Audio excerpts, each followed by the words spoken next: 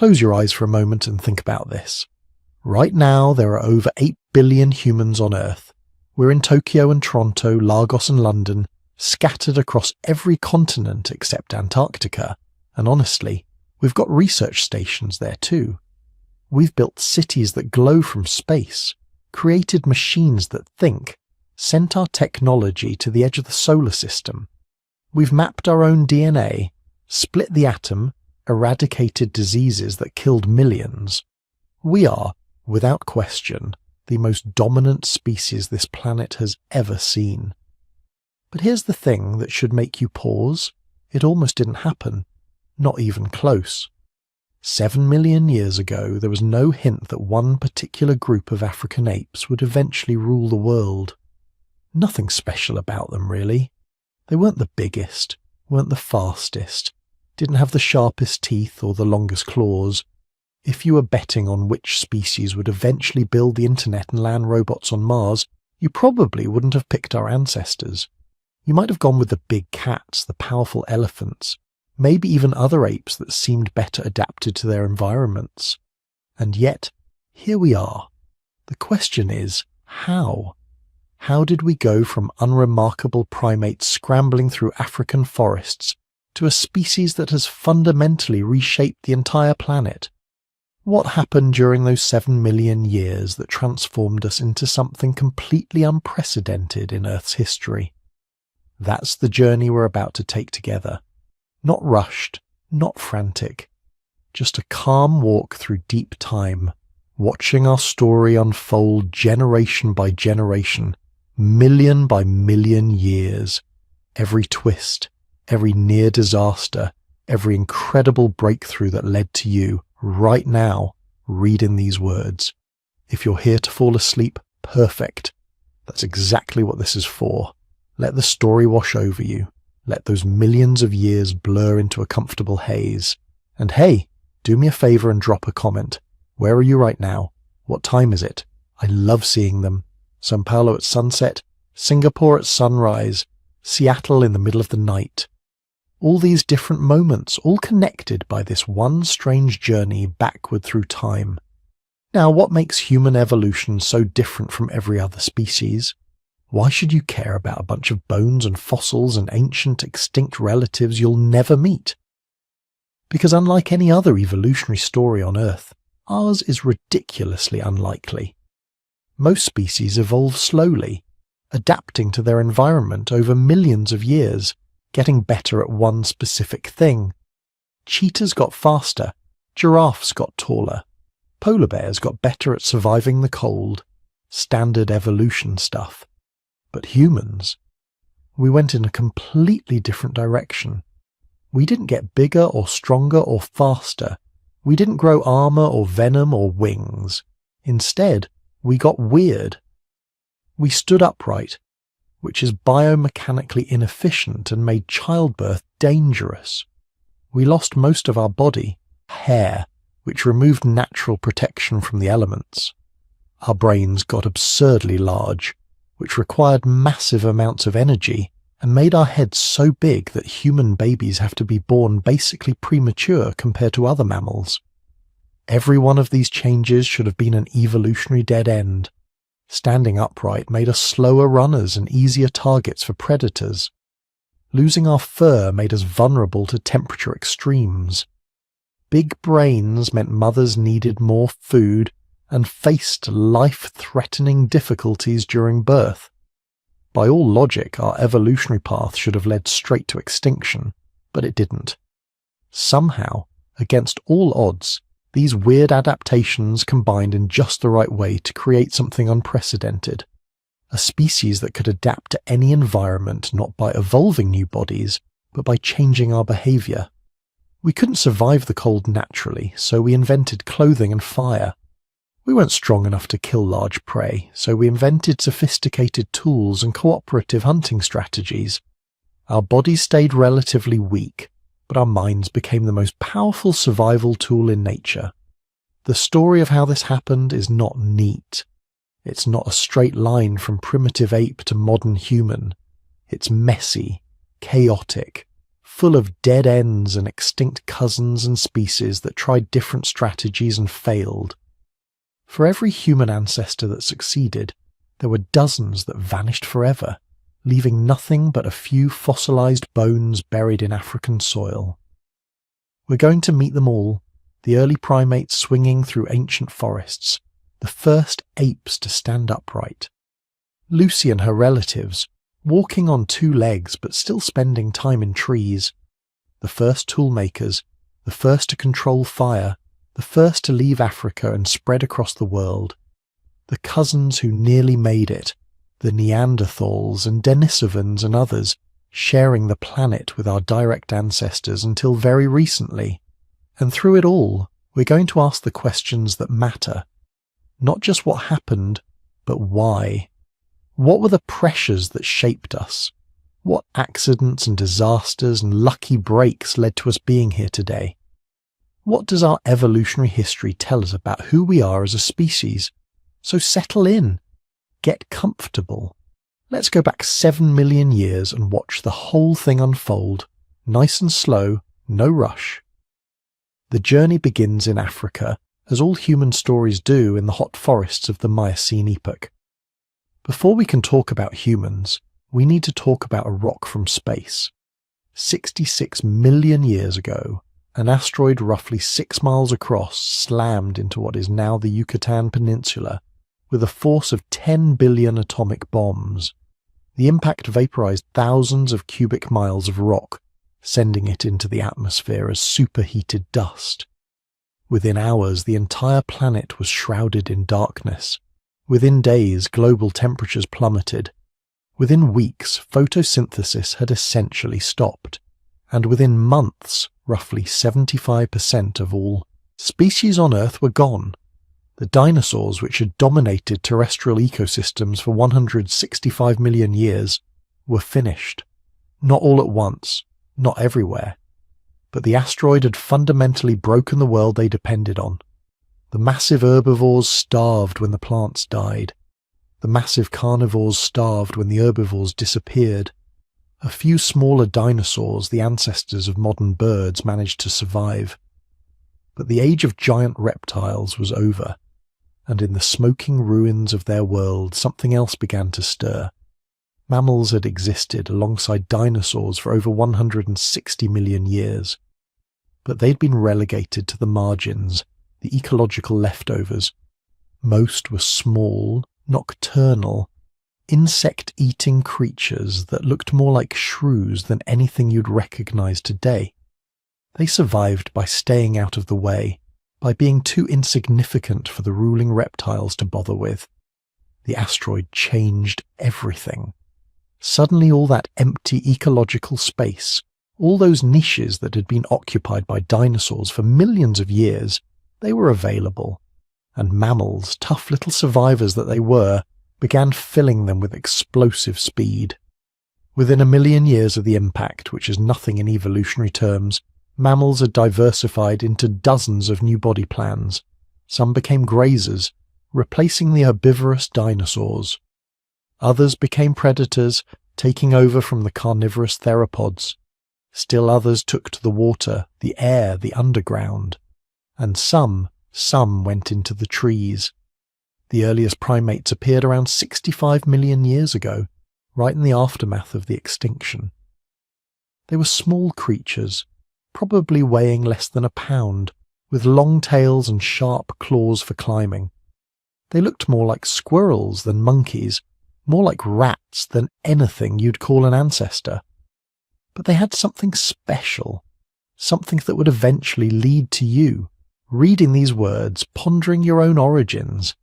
They had forward-facing eyes. Now, this might not sound revolutionary, but think about it. Most mammals have eyes on the sides of their heads. Horses, deer, rabbits. They all have wide-set eyes that give them nearly 360-degree vision. This makes sense if you're prey. You need to see predators coming from any direction. But forward-facing eyes do something else entirely. They sacrifice that peripheral vision for something far more valuable: depth perception. When both eyes face forward, their fields of vision overlap. Your brain can compare the slightly different images from each eye and calculate precise distances. This is called stereoscopic vision, and it's absolutely essential for one thing in particular: moving through trees. Those early primates were living in a three-dimensional maze of branches, leaves, and gaps. A mistake in judging distance, a miscalculated leap from one branch to another, and you were dead. Natural selection was brutal and immediate. Primates with better depth perception survived. Those without fell. Over millions of years, this pressure refined primate vision to extraordinary precision. We became the best depth-judging mammals on the planet. Even today, human visual processing devotes an enormous amount of brain power to calculating distances. It's why we're so good at throwing things, at catching objects, at navigating complex spaces. We inherited that from rat-sized tree dwellers who lived in constant fear of falling. But vision wasn't the only innovation. Around 55 million years ago, primates developed something even more revolutionary: opposable thumbs. Actually, let's be precise. They developed opposable digits, thumbs that could rotate and touch the other fingers. This changed everything. Before opposable thumbs, primates grasped branches with their whole hands, using sharp claws to maintain grip.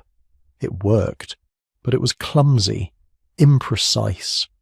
With opposable thumbs, they could grip branches between thumb and fingers, using controlled pressure rather than piercing. This allowed much more precise manipulation of objects. Suddenly, primates could pick individual fruits from branches. They could strip bark to find insects underneath.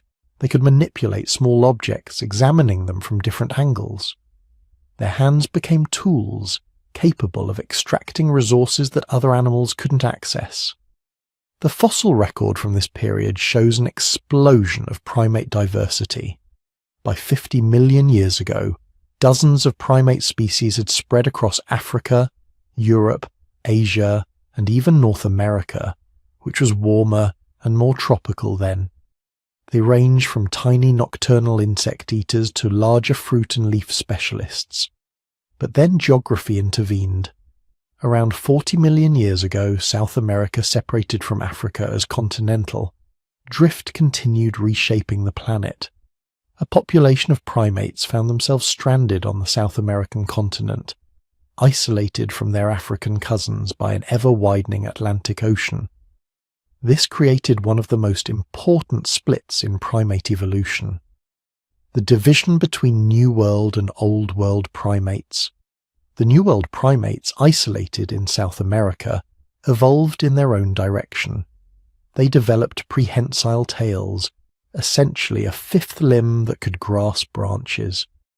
Many remained relatively small and specialized for life in the dense rainforests. Their descendants include modern spider monkeys, howler monkeys, and marmosets. But it was the Old World primates, the ones that stayed in Africa and Asia, that would eventually produce humans. And they were about to undergo a transformation that would change life on Earth forever. Around 30 million years ago, the climate began shifting. Global temperatures dropped. Rainforests contracted. More open woodland habitats appeared. And in response to these changing conditions, a new group of primates emerged: the early apes. Now, apes aren't monkeys, despite what popular usage suggests. Apes are distinguished by several key features. They lack tails. They have more flexible shoulder joints that allow them to swing from branches rather than just walking on top of them. Most importantly, they have significantly larger brains relative to their body size. That last point is crucial. The earliest apes, appearing around 25 million years ago, showed brain sizes roughly 50% larger than comparable monkeys. This wasn't just random variation. Larger brains provided real advantages in the increasingly seasonal and variable environments of the late Paleogene. With bigger brains came enhanced memory, allowing apes to remember the locations of scattered food sources across large territories. They could remember which trees fruited when, which areas had water during dry seasons, which routes were safest. This mental mapping ability let them exploit resources more efficiently than their smaller-brained relatives. Bigger brains also enabled more complex social behaviors. Early apes lived in groups of 20 to 50 individuals, and these groups had social hierarchies, alliances, conflicts. Navigating this social landscape required intelligence, the ability to remember who was allied with whom, who owed favours, who had shown aggression. The smartest apes, those who could manipulate social relationships most effectively, gained better access to food, mates, and safety. Natural selection was now favouring intelligence in ways it never had before. And once that process started, it accelerated rapidly. By 20 million years ago, apes had diversified into dozens of species across Africa and Eurasia. Some were small, gibbon-like creatures that specialised in swinging through forest canopies. Others were massive, like Gigantopithecus, which could reach 10 feet tall and weigh over 1,000 pounds. Most fell somewhere in between. But then the climate changed again. Starting around 14 million years ago, global temperatures dropped further. Ice began forming at the poles year-round for the first time in millions of years. Rainforests continued contracting, replaced by woodlands and increasingly grasslands. This climate shift hit the apes hard. Species adapted to dense forest environments found their habitats shrinking. Many went extinct. By 10 million years ago, ape diversity had collapsed. Dozens of species reduced to just a handful. But the survivors, the apes that managed to adapt to these new conditions, they were special. They were larger-brained, more flexible, more capable of adjusting their behaviour when environments changed. They were the ones that would eventually give rise to both modern apes and humans. The critical period was between 10 and 7 million years ago. The African continent was undergoing dramatic geological changes. The East African Rift System, a massive tear in the Earth's crust, was opening up. As the land split apart, mountains rose along the Rift Valley. These mountains created a rain-shadow effect, blocking moisture from the Indian Ocean. East of the mountains, the climate became drier.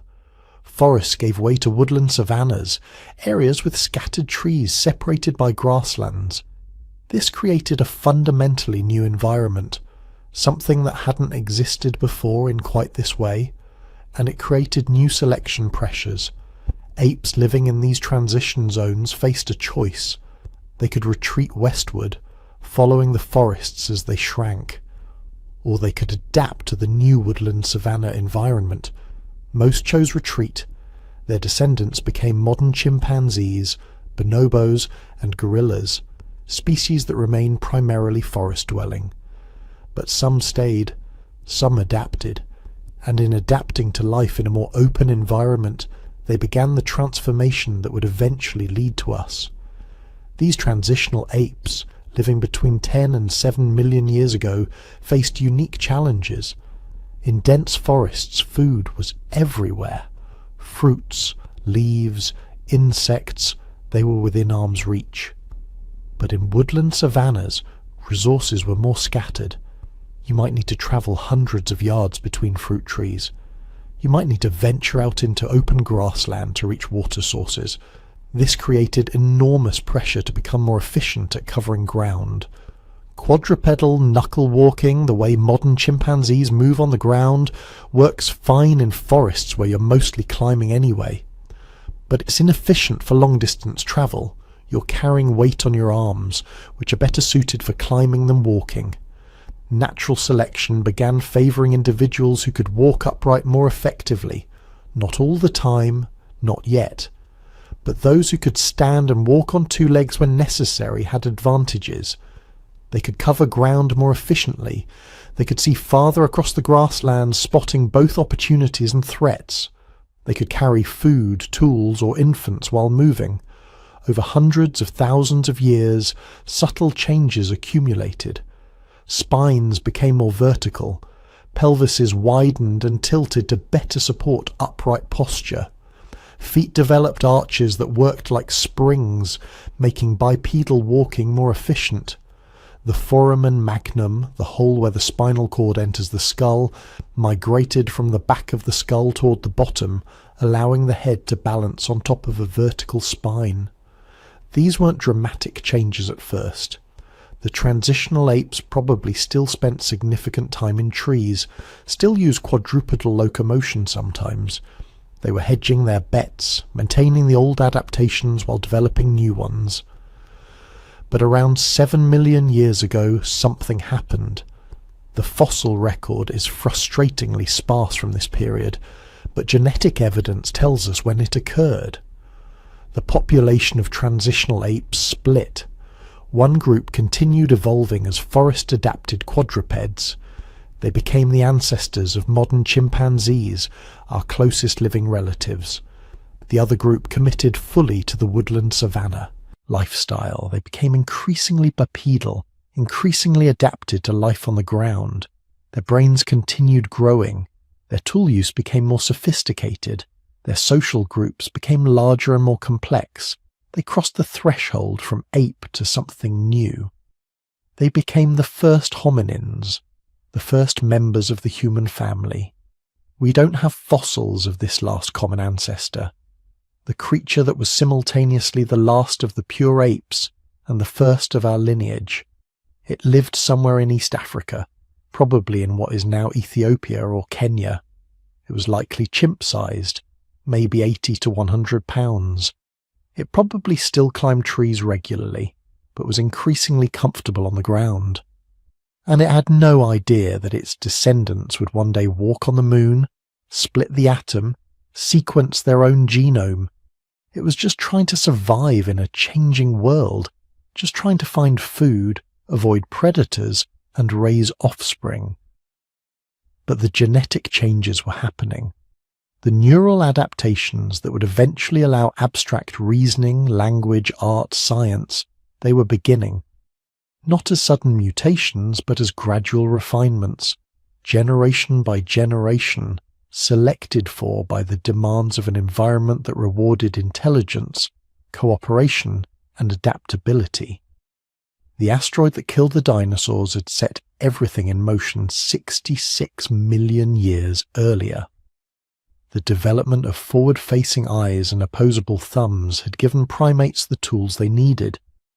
The growing brains of the early apes had provided the cognitive foundation. The climate changes of the late Miocene had created the perfect crucible for transformation. And now, 7 million years ago, the stage was set. Africa, the cradle of humanity, held our ancestors. They were no longer quite apes, not yet quite human. They were something in between, something transitional.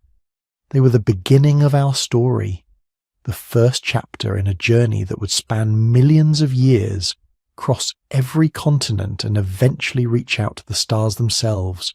But first, they had to learn to walk. Let's go back, way back, 7 million years ago. Africa looks nothing like the continent we know today. The Sahara Desert doesn't exist yet. Instead, vast tropical forests stretch across regions that are now barren sand. But something is happening, something that will change the course of life on Earth forever.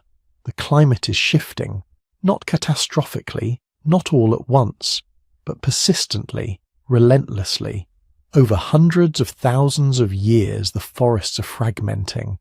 Open woodlands are appearing where dense jungle once stood. Grasslands are emerging in patches between the trees. And somewhere in this changing landscape, an ape makes a decision that will echo through millions of years of evolution. It stands up. Now, we need to talk about what we actually know, because the fossil record from this period is frustratingly sparse.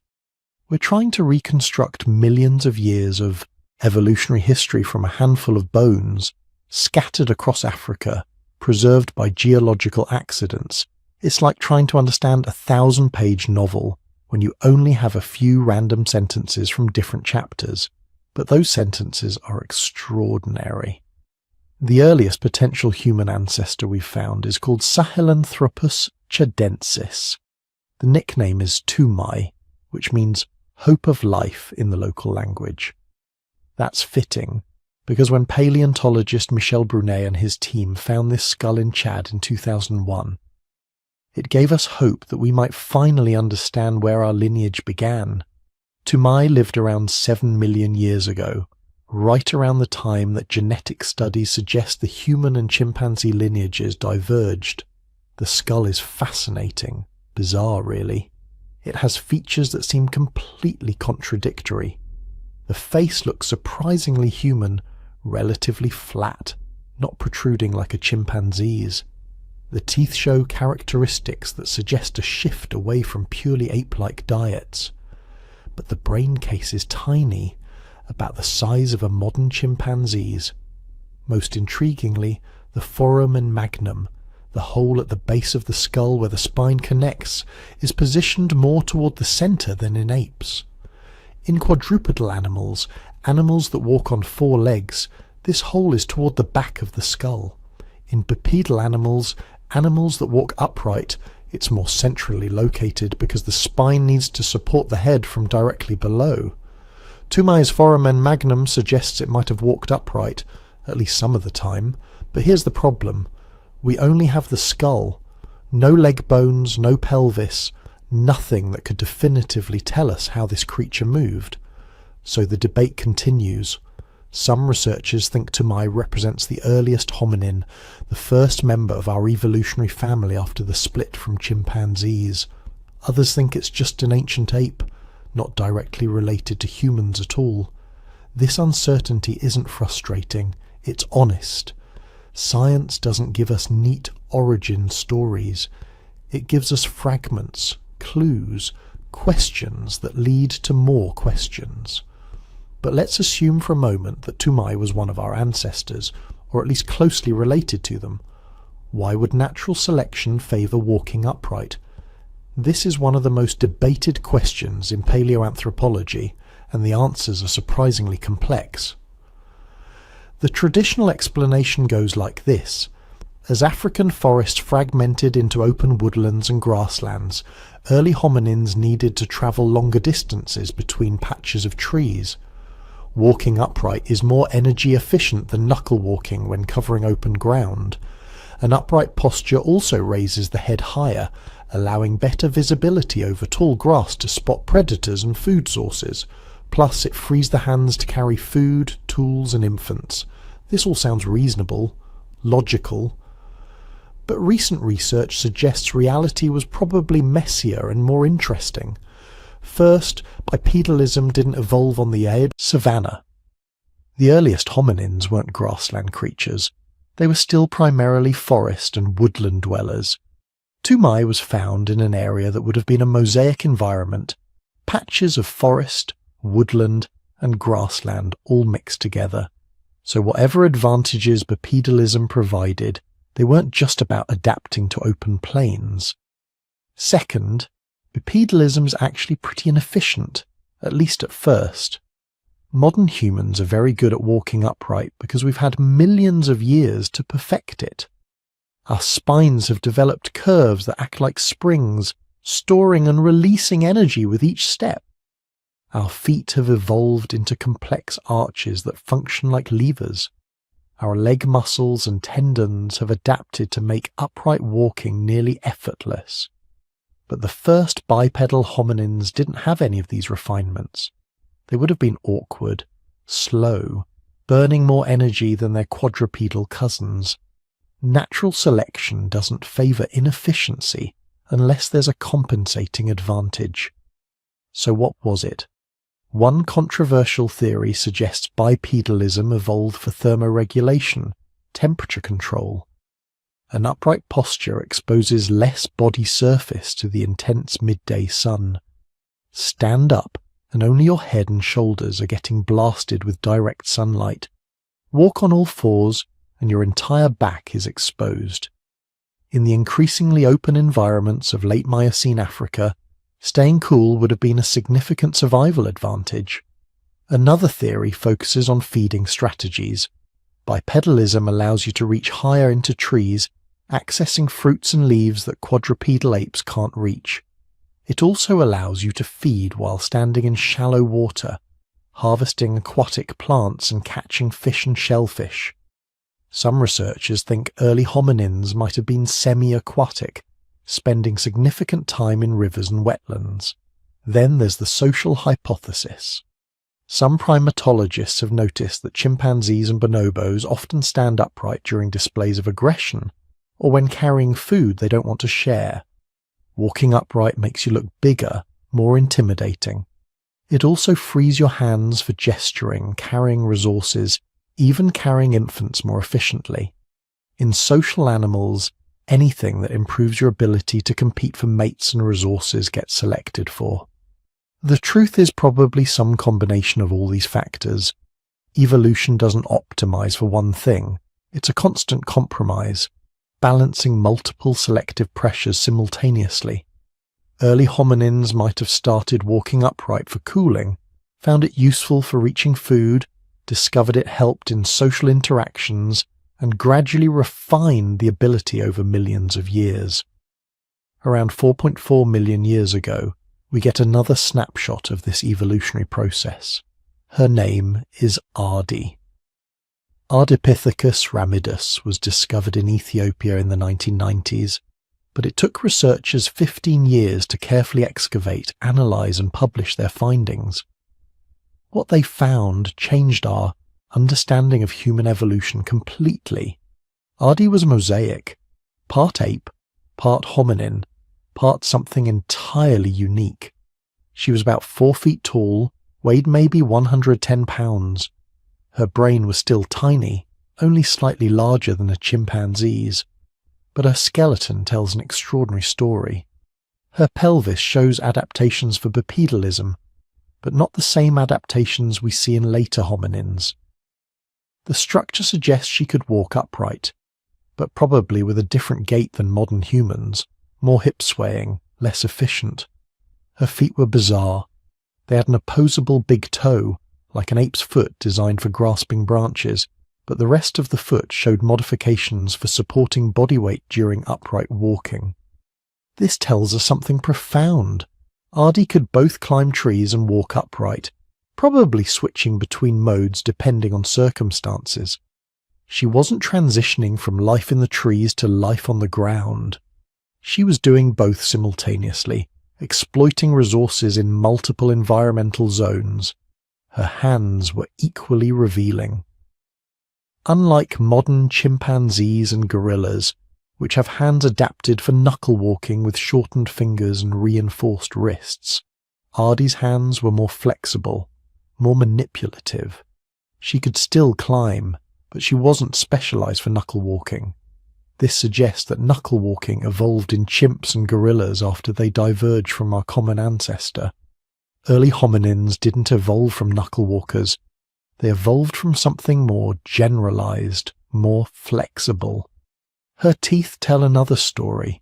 Ardi's canine teeth were much smaller than those of chimpanzees. In apes, large canines are primarily used by males for aggressive displays and fighting over mates. Smaller canines suggest a shift in social structure, possibly toward reduced male-male aggression and increased cooperation. Think about what this means. 4.5 million years ago, our ancestors were already becoming less aggressive, more social. The foundations of human cooperation were being laid long before big brains, long before language, long before anything we'd recognize as distinctly human. But Ardi lived in forests and woodlands, not open grasslands. Her skeleton suggests she spent significant time in trees, probably sleeping in them for safety, possibly feeding on fruits and leaves high in the canopy. Yet she was also adapted for ground-based bipedalism. Why? The answer is probably in what was happening to the African climate. Between 7 and 4 million years ago, East Africa was experiencing gradual but significant environmental change. Global temperatures were dropping, ice sheets were expanding in Antarctica, ocean circulation patterns were shifting, and in Africa the result was increasing seasonality. Seasons became more pronounced, wet seasons and dry seasons more extreme. The reliable year-round rainfall that maintained dense forests was becoming less predictable. Forests were contracting, fragmenting, leaving patches of woodland separated by increasingly open terrain. For most apes, this was a crisis. Apes are forest specialists. They need trees for food, shelter, and safety. As forests shrank, ape populations contracted with them. Most ape lineages went extinct or retreated to remaining forest refuges. But some apes, the ones that would become hominins, had accidentally stumbled on an adaptation that allowed them to exploit this changing landscape. They could walk between forest patches. They could forage in both trees and on the ground. They could survive in the mosaic environments that were replacing the continuous forests. This is how evolution works. Not through grand plans or purposeful adaptation, but through fortunate accidents that happen to provide advantages when environments change. Bipedalism probably started as a quirky variation, maybe even maladaptive in stable forest environments. But when the forest started fragmenting, it became a survival advantage. The teeth of these early hominins reveal how their diets were changing. Unlike modern apes, which have large, sharp canines and thin tooth enamel, designed for eating fruits and soft plant material, early hominins were developing smaller canines and thicker enamel. This suggests a shift toward tougher, more abrasive foods. They were probably eating more seeds, nuts, and hard fruits. More underground storage organs, roots and tubers that could be dug up during dry seasons when other food was scarce. More diverse diets that allowed them to survive in environments where apes would starve. This dietary flexibility is crucial. It's one of the key factors that allowed hominins to survive and eventually thrive as Africa's climate continued to change. While other primates remained specialized, tied to specific foods and habitats, early hominins were becoming generalists, opportunists capable of exploiting whatever resources were available. The sexual dimorphism in early hominins, the size difference between males and females, also tells us something about their social structure. In species with extreme size dimorphism, like gorillas where males can be twice the size of females, you typically see intense male competition and harem-based mating systems. One dominant male monopolizes multiple females while other males are excluded from reproduction entirely. In species with minimal size dimorphism, like gibbons, where males and females are similar sizes, you typically see monogamous pair bonding with minimal male competition. Early hominins fall somewhere in between. Males were definitely larger than females, but not as dramatically as in gorillas. This suggests a social system based on multi-male, multi-female groups with moderate competition between males. Not the extreme winner-take-all competition of gorillas, but not the peaceful pair bonding of gibbons either. This social structure would have required new cognitive abilities. In multi-male groups, individuals need to track complex social relationships, form alliances, engage in reciprocal exchanges, remember who helped them and who didn't. This creates selective pressure for increased intelligence, better memory, enhanced social awareness. So even at this early stage, millions of years before the emergence of large brains, natural selection was favoring individuals who were better at navigating social complexity. The seeds of human intelligence were being planted in the social challenges faced by early bipedal apes trying to survive in fragmenting forests. But here's where things get complicated and, honestly, where the science becomes genuinely uncertain. We don't have a clear, unbroken chain of fossils connecting these early hominins to later humans. We have snapshots from different times and places, and we're trying to figure out how they relate to each other and to us. Are we descended from Sahelanthropus, from Ardipithecus, from some other early hominin we haven't discovered yet?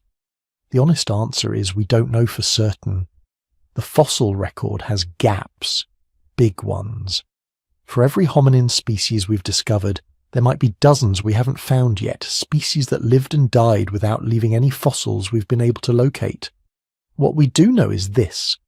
Somewhere between 7 and 4 million years ago, in the fragmenting forests of Africa, some apes began walking upright regularly. They developed teeth adapted for tougher, more varied diets. They evolved social structures based on cooperation and reduced aggression. And they began the journey that would eventually lead to us. The climate was pushing them, selecting for flexibility, adaptability, intelligence. Each generation that survived did so because they were slightly better at exploiting new environments, processing new foods, cooperating with group members. The accumulation of these tiny advantages over hundreds of thousands of generations created something genuinely new. Not apes anymore, but not quite human either. Something in between, something still taking shape. The first hominins, walking upright into an uncertain future, carrying within them the genetic potential for all that would come after. They couldn't have known they were beginning an evolutionary journey that would take their descendants across every continent into every environment Earth had to offer. They were just trying to survive, one generation at a time, in a world that was slowly, relentlessly changing around them. But survive they did, and in surviving they set the stage for the next chapter of human evolution, for the emergence of species that would be even more adaptable, even more successful in the face of environmental change. Species like the Australopithecines, who would take the basic hominin body plan and refine it, perfect it, turn bipedalism from an awkward compromise into an efficient mode of locomotion that could carry them across entire continents. That story is coming. But for now, picture those early hominins, standing upright in the dappled sunlight of a fragmenting African forest 5 million years ago. They don't look like much. They're small, awkward, probably confused by their changing world, but they're standing. And that changes everything. Now we arrive at one of the most famous chapters in human evolution, the Australopithecines, and we need to talk about Lucy. On November 24th, 1974, in the Afar region of Ethiopia, paleoanthropologist Donald Johanson was surveying a gully that his team had already searched multiple times. It was late afternoon, the sun was brutal, everyone was ready to head back to camp. But Johansen decided to check one more ravine just in case.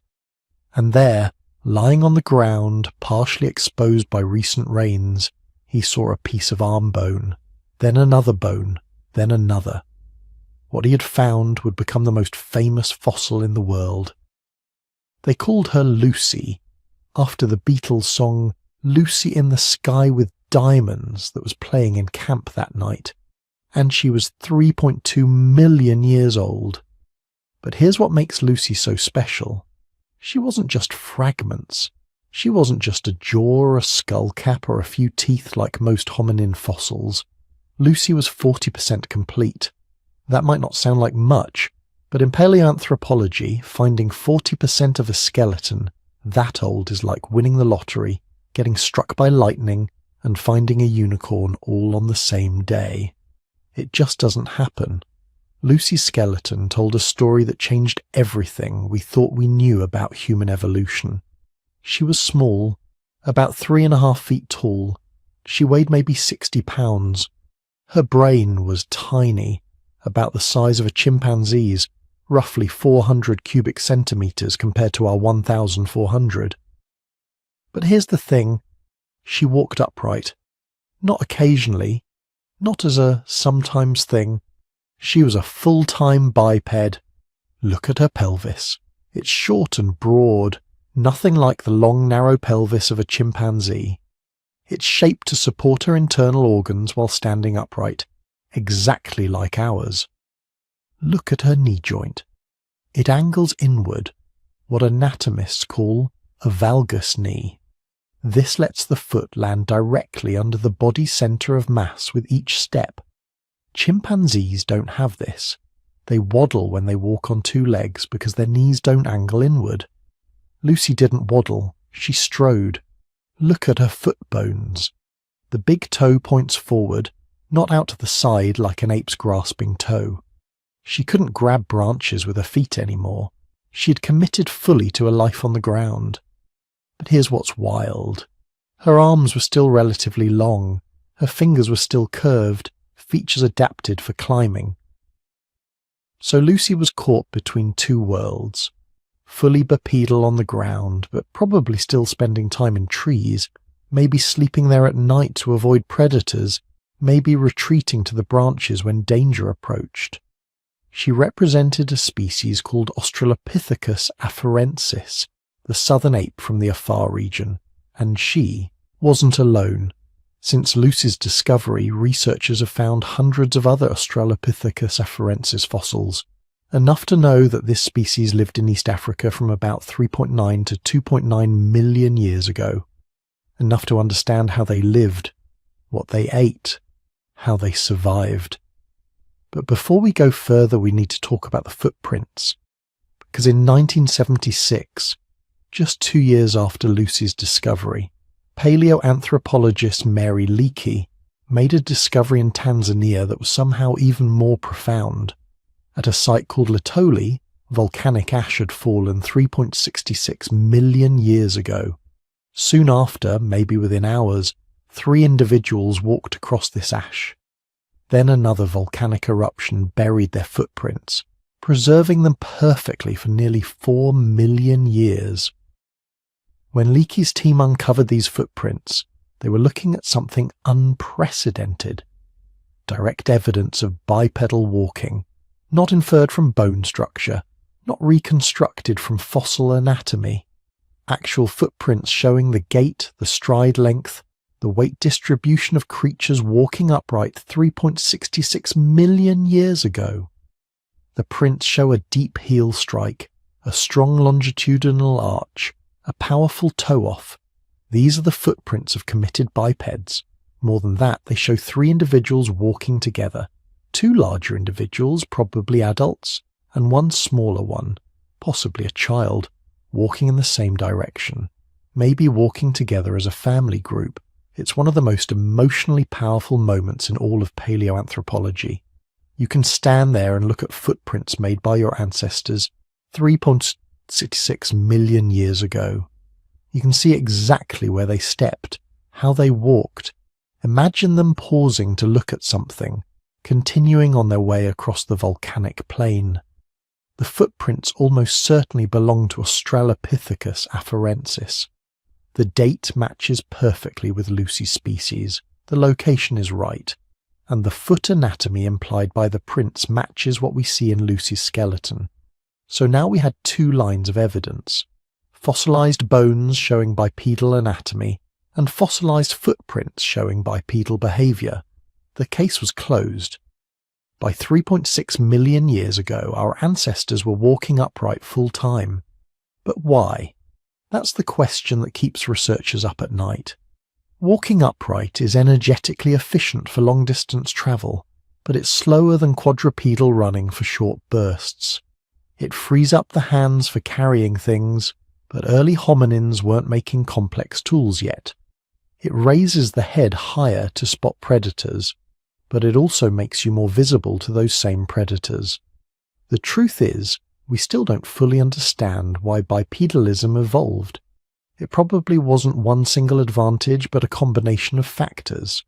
Energy efficiency for travelling between scattered food sources, ability to carry food, infants, or other resources. Reduce sun exposure on the African savanna by presenting less surface area to the midday sun, maybe even social signalling. Standing upright makes you look bigger, more impressive. In a social species, that might matter for attracting mates or intimidating rivals. Whatever the reason, bipedalism had become the defining feature of the hominin lineage, and Lucy's species, Australopithecus afarensis, had fully committed to it. But they weren't the only Australopithecines. Not by a long shot. Africa between 4 and 2 million years ago was filled with different species, different experiments in the Australopithecine body plan. And they were competing, coexisting, sometimes living in the same regions at the same times. Let's go back a bit. In 1924, decades before Lucy's discovery, anatomist Raymond Dart was examining fossils sent to him from a limestone quarry in South Africa. Among them was a small skull, clearly juvenile, with an unusual mix of ape-like and human-like features. Dart called it Australopithecus africanus, the southern ape from Africa. Specifically, it became known as the Taung Child, named after the location where it was found. The Taung Child was younger than Lucy, dating to about 2.8 million years ago, and it showed something fascinating. While Australopithecus afarensis lived in East Africa, a different species of Australopithecine was living way down in South Africa at the same time. They were similar in many ways: small body size, small brain, bipedal locomotion, but there were differences too. Australopithecus africanus had a slightly more rounded skull, slightly smaller teeth, slight differences in limb proportions. These weren't huge differences. If you saw both species from a distance, you might not be able to tell them apart, but they were enough to show that the Australopithecines weren't one uniform group. They were diversifying, adapting to different regional conditions, splitting into multiple species across the African continent. And then things got really interesting. Starting around 2.5 million years ago, a new group of Australopithecines appeared. We call them the robust Australopithecines, and robust is exactly the right word. These creatures had massive jaws, enormous molars, thick enamel on their teeth, heavy brow ridges. Some species even had sagittal crests, bony ridges running along the top of the skull where massive chewing muscles attached.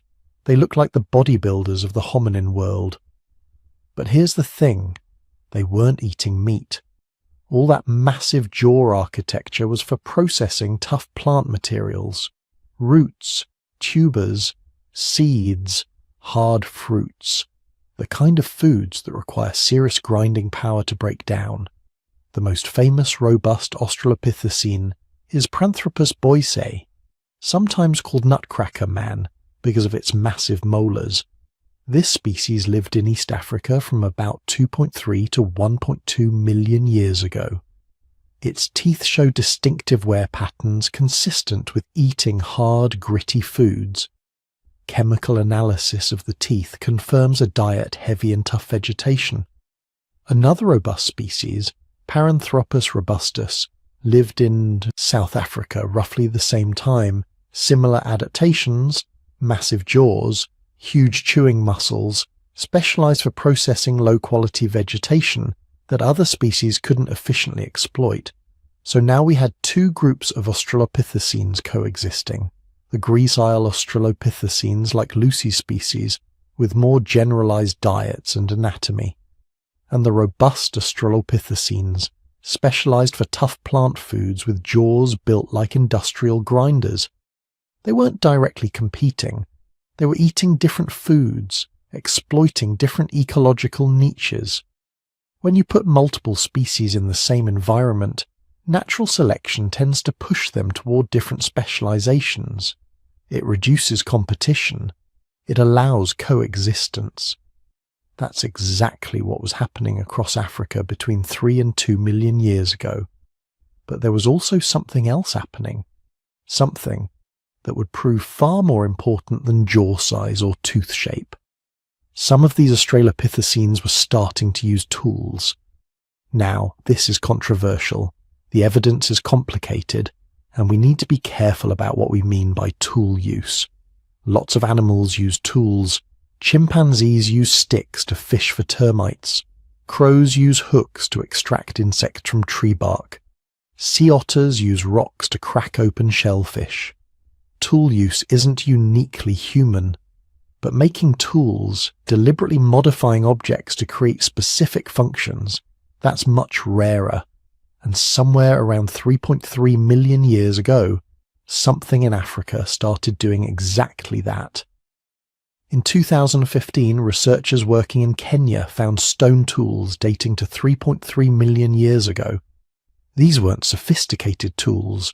They were simple flakes and cores, rocks that had been deliberately struck to create sharp edges.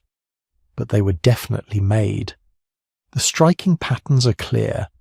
These weren't naturally broken rocks. Something had deliberately manufactured them. But who made them? Here's the problem. The only hominin species we know of living in that region at that time was Australopithecus afarensis, Lucy's species. But can we be sure they were the tool makers? We don't have direct evidence, no Australopithecine skeleton found holding a tool. We just have tools and fossils from roughly the same time and place. Some researchers think Australopithecines must have made these early tools. They had the hands for it. Their fingers were still curved for climbing, but their thumbs were more robust than those of apes, better suited for precision gripping. They had the brains for it, maybe. At 400 to 500 cubic centimetres, Australopithecine brains were still small, but they were slightly larger than chimpanzee brains relative to body size. And modern chimps can be taught to make simple stone tools. Maybe Australopithecines figured it out on their own. Other researchers are sceptical. They point out that just because we haven't found fossils of other hominins from that period doesn't mean they didn't exist. The fossil record is incredibly incomplete. Maybe some other, still undiscovered species was making those early tools. We simply don't know yet. But here's what we do know. By 2.6 million years ago, stone tools become more common in the archaeological record. And shortly after that, around 2.5 million years ago, a new genus appears, Homo. The first humans. Were the Australopithecines making tools, and those tools drove the evolution of early Homo? Or did early Homo appear first and they were the real tool makers? It's a chicken and egg problem that we still haven't fully solved. What's clear is that the period between 3 and 2 million years ago was transitional. Multiple hominin species were coexisting. Some were specializing in tough plant foods, developing massive jaws and grinding teeth. Others were maintaining more generalized diets, staying flexible, keeping their options open. And in that second group, something was changing. Brains were starting to get bigger, not dramatically, not suddenly. But gradually, over hundreds of thousands of years, some Australopithecine lineages were showing slight increases in brain size. By 2.5 million years ago, some specimens show cranial capacities around 500 to 550 cubic centimetres. Still small by modern standards, but noticeably larger than earlier Australopithecines. This brain expansion came at a cost. Bigger brains require more energy. The human brain today uses about 20% of our total energy budget, despite being only 2% of our body weight. Even small increases in brain size mean higher metabolic demands. So why would natural selection favour bigger brains? The answer probably has to do with food quality and social complexity. If you're eating mostly low-quality vegetation like the robust Australopithecines, you don't have extra energy for a bigger brain. You're locked into your specialization. But if you're eating a more varied, higher quality diet, if you're maybe starting to include more meat, more fat, more nutrient-dense foods, suddenly you have surplus energy. And if you're living in complex social groups where you need to track relationships, remember who's allied with whom, engage in cooperative hunting or foraging, a bigger brain becomes advantageous. It lets you navigate social complexity. It lets you learn new skills. It lets you plan ahead, remember where food sources are located, coordinate activities with other group members. Around 2.5 million years ago, something tipped the balance. Some Australopithecine populations found themselves in environments where the benefits of bigger brains outweighed the costs. Maybe it was climate change opening up new food sources. Maybe it was increased competition driving innovation. Maybe it was social dynamics rewarding cleverness and cooperation. Whatever the cause, the result was clear. One lineage of Australopithecines began evolving in a new direction. Slightly bigger brains, slightly more gracile bodies, hands better adapted for tool use, faces becoming flatter, less prognathic. They were transitioning, becoming something new, becoming Homo. But the Australopithecines didn't disappear immediately. The robust species, Paranthropus boisei and Paranthropus robustus, continued successfully for another 1,000,000 years. They'd found a viable ecological niche and they exploited it well. For a long time, multiple hominin species shared Africa. Early Homo living alongside robust Australopithecines. Different diets, different adaptations, different evolutionary paths, both successful in their own ways, but eventually the robust Australopithecines went extinct. The last Paranthropus boisei fossils date to about 1.2 million years ago. After that, they vanish from the fossil record. Why? We don't know for certain. Maybe climate change reduced the availability of their specialized foods. Maybe early Homo outcompeted them for resources. Maybe it was just bad luck. Small populations in changing environments. One bad drought. One volcanic eruption. One disease outbreak. And they were gone. What we do know is that by 1,000,000 years ago, the Australopithecines were finished. Their 3,000,000-year run was over. But they'd left behind something profound. Descendants who had taken the basic Australopithecine body plan, upright walking, hands freed from locomotion, life in African woodlands and savannas, and pushed it in a new direction. Bigger brains, better tools, more complex social organization. The stage was set for the next chapter, the first true humans, the genus Homo.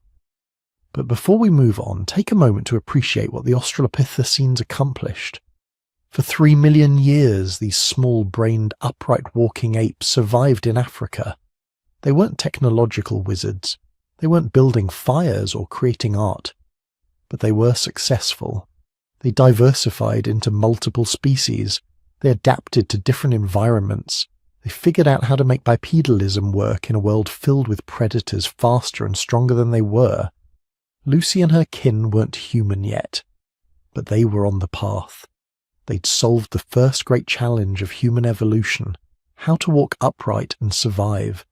Everything that came after, all of human achievement, all of our technology and culture and civilization, it all rests on the foundation built by these small, upright walking apes who lived and died in Africa millions of years before cities or farming or writing or any of the things we think of as defining humanity. They were our ancestors, and without them none of us would be here. Now we come to the moment when everything changed, when our ancestors stopped being just another clever ape and became something fundamentally different. Something we would recognize, if only barely, as human. 2.5 million years ago, in the grasslands and woodlands of East Africa, one of Lucy's descendants picked up a rock and did something revolutionary. They didn't just use it as a tool. Chimpanzees do that. They didn't just throw it or pound something with it. Lots of animals do that. Instead, they took another rock and deliberately struck it at just the right angle, with just the right force, to create a sharp edge. They made a tool. On purpose, with forethought, with understanding. This might not sound like much. It's just hitting rocks together, right? But think about what it actually requires. You need to understand that certain types of stone fracture in predictable ways. You need to visualize the tool you want to create before it exists. You need the fine motor control to strike with precision. You need to remember the technique and practice it until you get it right. Most importantly, you need to understand cause and effect in a way that goes beyond immediate stimulus and response. You need to think abstractly about future needs and how to meet them. That single moment, that first intentional strike that produced a cutting edge, marks the beginning of technology, the beginning of humanity as a species that doesn't just adapt to its environment through biological evolution, but actively reshapes that environment through cultural innovation. The archaeological term for this ancestor is Homo habilis, handy man. The name is almost absurdly simple for a species that fundamentally altered the trajectory of life on Earth, but it fits. These were the first humans whose defining characteristic was their ability to manipulate their world with their hands and their minds. Now, here's where things get interesting. We don't actually know what Homo habilis looked like in life. We have fragments, pieces of skull and jaw, some hand bones, bits of legs and arms scattered across sites in Tanzania, Kenya, and Ethiopia. The most complete specimen is still less than half a skeleton. So when scientists talk about Homo habilis, they're making educated guesses based on fragments, filling in massive gaps with inferences from anatomy and context. What we do know is this: Homo habilis was small, maybe 3 to 4 feet tall, weighing perhaps 70 to 100 pounds. Still tree climbers, still built like their Australopithecine ancestors in many ways. But their brains were bigger, significantly so, averaging about 600 to 750 cubic centimeters, compared to the 400 to 500 of the Australopithecines. That's a 50% increase in brain size in evolutionary terms. That happened remarkably quickly. But brain size alone doesn't tell the whole story. The shape of the brain matters too. And Homo habilis skulls show expansion in the areas associated with fine motor control and sequential planning. The parts of the brain that let you think, I need to do this, then this to achieve that result. Tool-making regions, problem-solving regions, the neurological hardware for technology. Their hands were changing too, more human-like proportions with shorter fingers and a more opposable thumb, better leverage, more precise grip, hands, designed not just for climbing and grasping branches, but for manipulating objects with precision, for striking one rock against another at exactly the right angle, for holding a sharp stone flake and cutting through tough animal hide. These changes didn't happen in isolation. They were part of a complete reimagining of what it meant to be a primate, and it all centered around those stone tools. The Oldowan tool industry, that's what archaeologists call the earliest stone tool technology, named after Olduvai Gorge in Tanzania, where some of the first examples were discovered. And calling it an industry might seem like an overstatement. These are just broken rocks after all. But that's exactly what they are, an industry. Systematic production of standardized goods using learned techniques passed down through generations. The basic Oldowan toolkit consisted of a few simple types: choppers, cores with a sharp edge created by removing flakes from one side; flakes, the sharp pieces removed in the process of making choppers, which were often sharper than the cores themselves; hammerstones, the rocks used to strike the cores. Sounds primitive, and it is. But these tools opened up entirely new food sources. With a sharp stone flake, you could butcher an animal carcass much more efficiently than with just your teeth and fingernails. You could cut through thick hide that would be impossible to tear with your hands. You could break open long bones to access the nutrient-rich marrow inside. You could process tough plant materials that would otherwise be inedible. Suddenly, your ancestors weren't limited to the foods they could physically consume with their bodies alone. They could access calories that had been locked away behind barriers of hide and bone and fibre. This was huge. This was revolutionary. Because calories are everything in evolution. More calories means more energy for growing bigger brains. More energy for longer childhoods where young could learn complex skills. More energy for longer lifespans where older individuals could accumulate and pass on knowledge. The feedback loop between tool use and brain development had begun, and it would accelerate for the next 2 million years. The evidence for what these early humans were eating comes from multiple sources. Cut marks on animal bones found at archaeological sites, showing where stone tools sliced through flesh. Broken bones, systematically smashed open for marrow. Concentrations of stone tools found alongside butchered animal remains. The picture is clear. Homo habilis was eating meat, lots of it. But here's the thing. They probably weren't hunting, not primarily. Their bodies weren't built for it. They didn't have the long legs for endurance running. They didn't have the throwing power for spear hunting.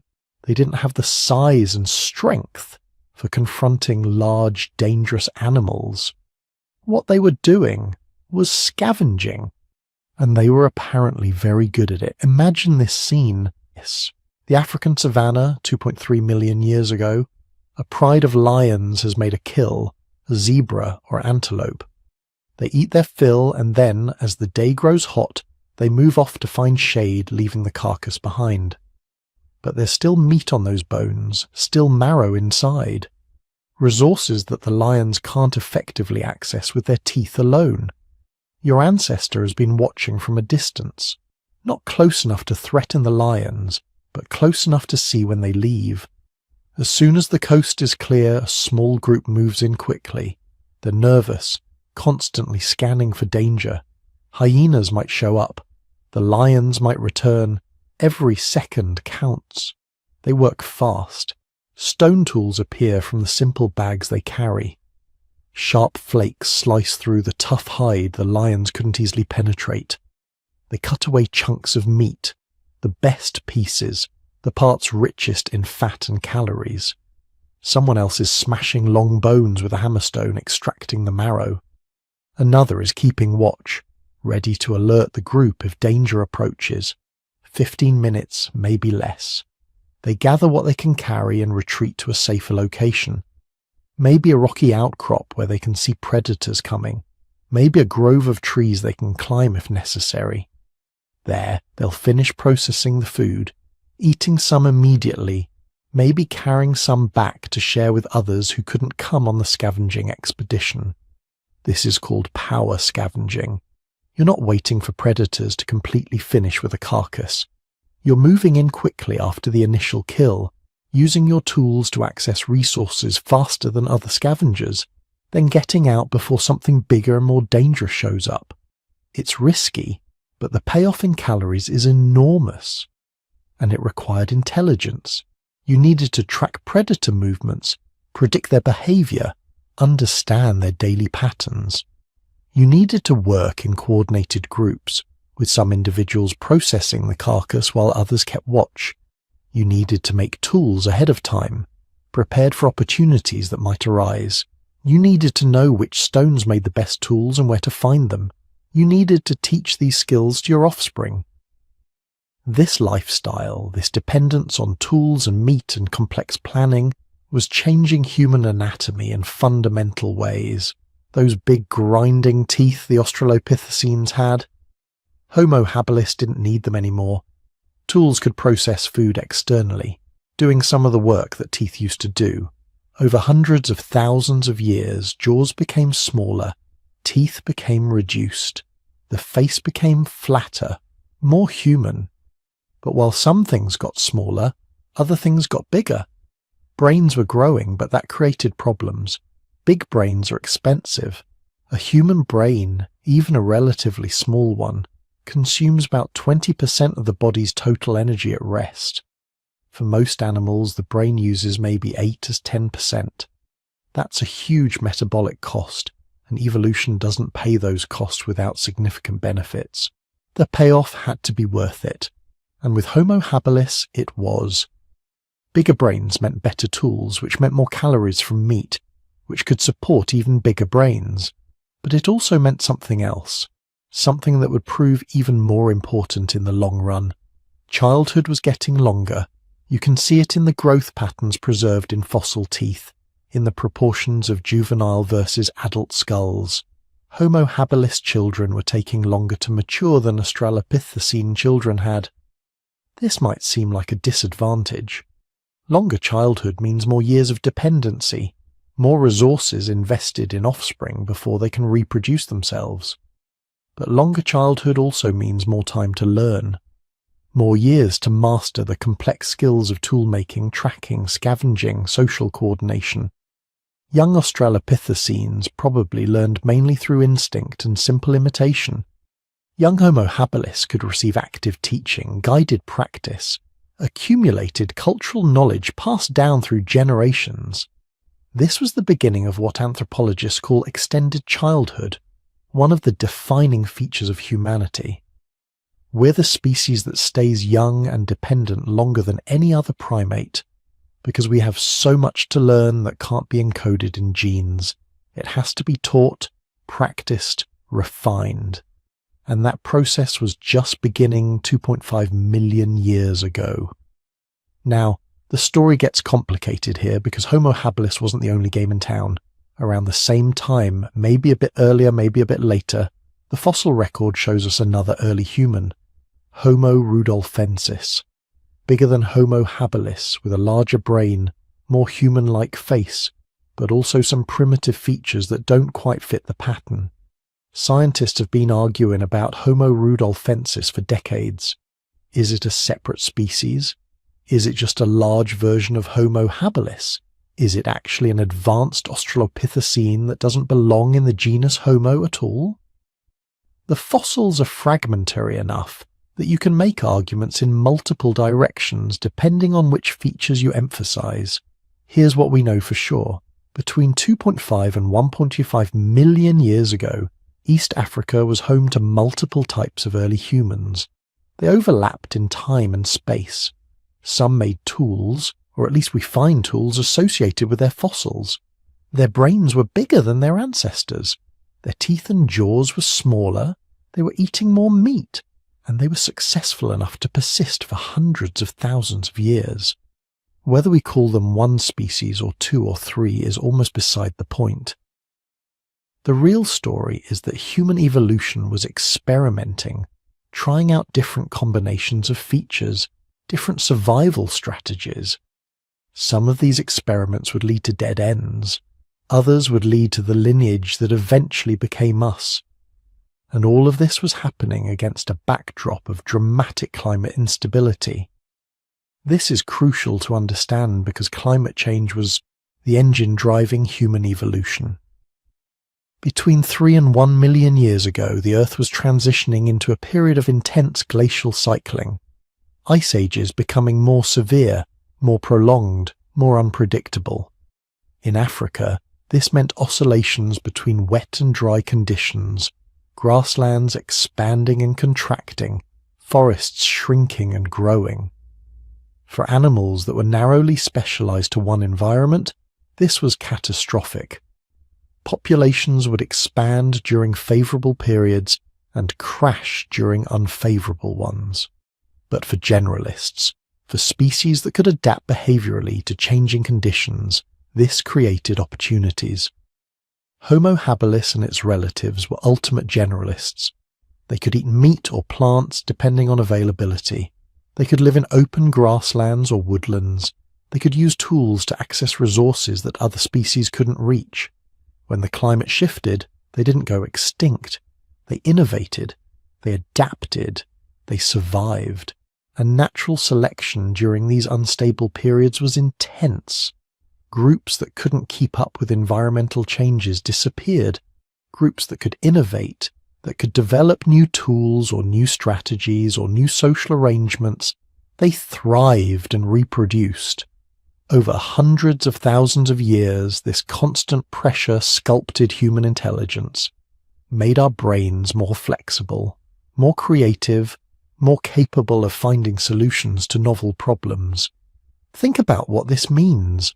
For 1 million years, your ancestors lived through cycles of environmental catastrophe and recovery, droughts that lasted generations, wet periods where resources were abundant, rapid shifts between forest and grassland, each change eliminating some populations and rewarding others.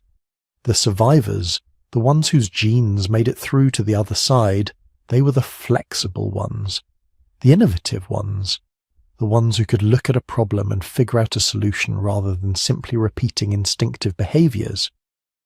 By about 1.8 million years ago, something new was emerging from this crucible of selection. A human species that was taller, more long-legged, with an even larger brain.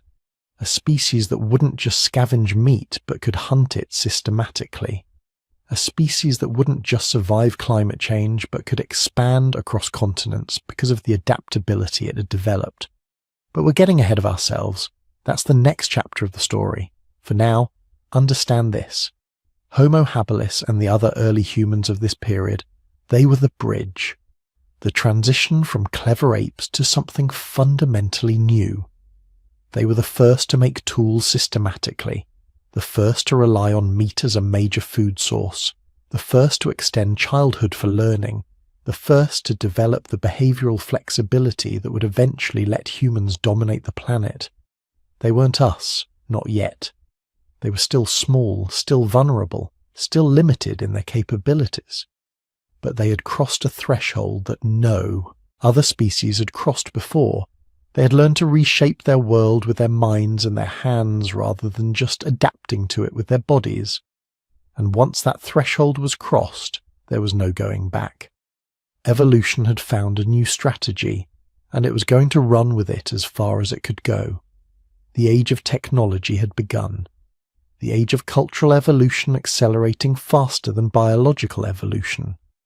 The age of humans as a species defined not by our physical adaptations, but by our mental ones, by our ability to innovate, learn, and pass knowledge across generations. Everything that would come after, all the achievements and catastrophes of human history, trace back to those first stone tools made by small-bodied, large-brained ancestors 2.5 million years ago. They didn't know they were starting something revolutionary.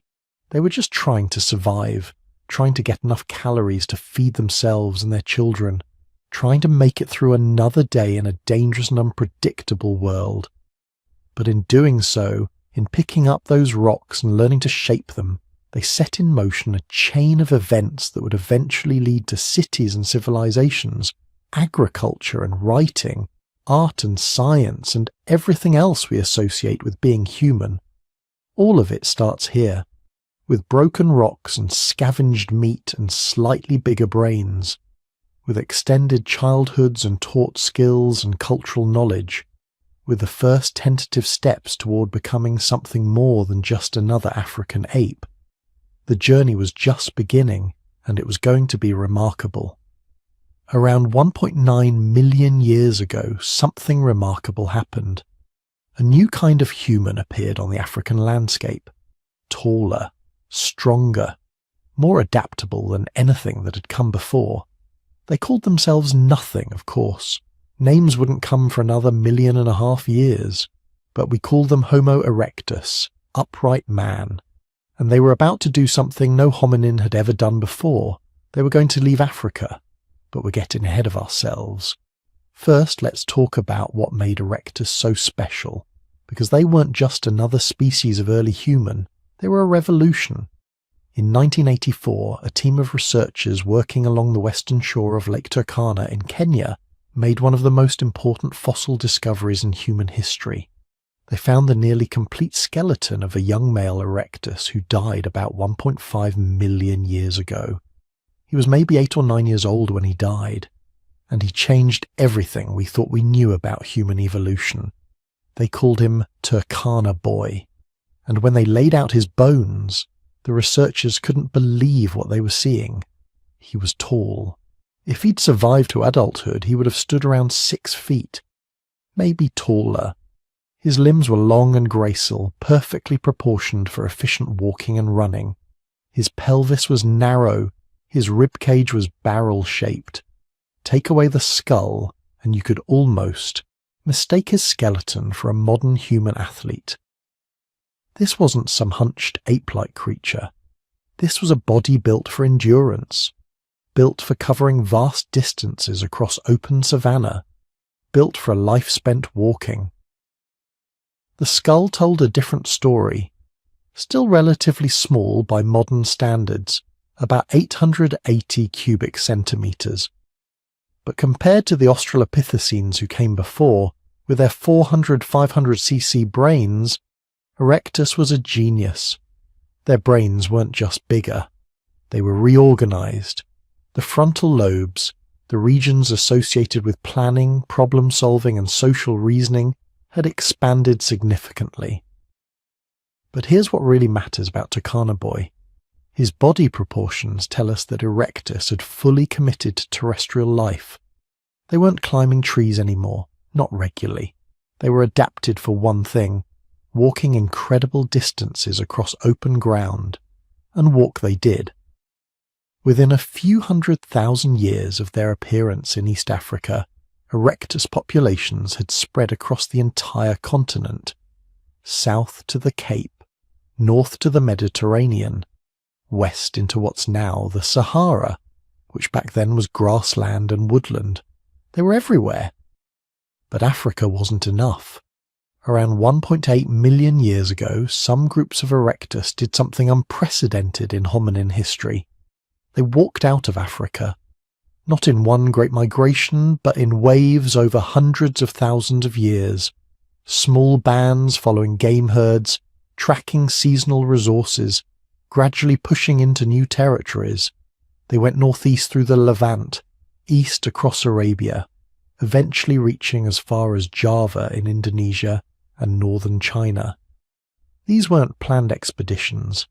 Nobody woke up one morning and decided to discover Asia. They were just following food, generation after generation, each group pushing a little farther than their parents had gone.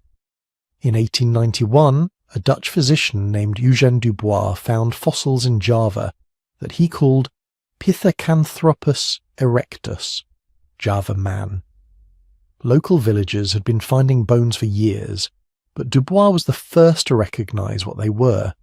An ancient human, nearly 1 million years old, living on an island thousands of miles from Africa. In the 1920s and 30s, excavations at Zhoukoudian Cave near Beijing uncovered fossils of Peking man.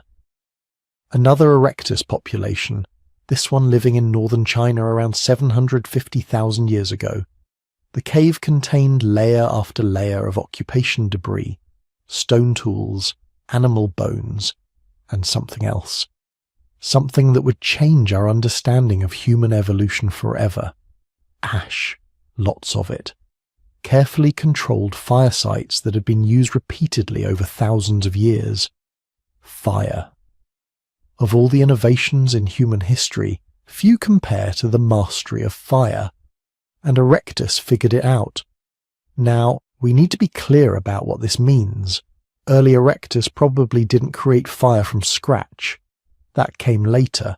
What they learned to do was capture fire from natural sources, lightning strikes and wildfires, and keep it alive, transport it, control it. This might sound simple, but think about what it requires. You need to understand that fire needs fuel. You need to know what burns well and what doesn't. You need to figure out how to maintain the right balance of fuel and oxygen. Too much fuel and you smother it. Too little and it dies. You need to protect it from rain and wind. You need to transport it safely when you move camp. This requires planning, coordination, the ability to teach complex skills to the next generation. Fire doesn't stay lit by itself. Every generation had to learn the skills necessary to capture and maintain it. And once they had fire, everything changed. Fire meant warmth. Erectus could survive cold nights without needing thick fur.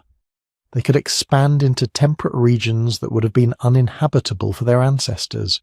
They could live in caves, deep enough to protect from predators but previously too cold and dark to be useful. Fire meant protection. No predator, not even the massive saber-toothed cats and giant hyenas that roam the Pleistocene world, would willingly approach a controlled fire. For the first time in millions of years of primate evolution, humans didn't have to sleep in trees or worry constantly about nighttime predation. Fire meant better food. Cooking breaks down tough plant fibers and denatures proteins. making nutrients more accessible. A piece of cooked meat provides far more calories than raw meat, because your digestive system doesn't have to work as hard. Cooking effectively outsources part of digestion to the fire. Some researchers think cooking was the key innovation that allowed erectus brains to grow so large. Brains are metabolically expensive. They consume about 20% of your body's energy, despite making up only 2% of your mass. Without the caloric boost from cooked food, erectus might not have been able to support their larger brains. But fire did something else, something harder to measure, but perhaps even more important. It created social space. Picture an erectus camp at dusk. The sun is setting. The dangerous predators are starting to move. But you're not afraid. You're sitting around a fire with your family group. The flames push back the darkness. You're warm, safe, and for a few hours you have nothing to do but sit together.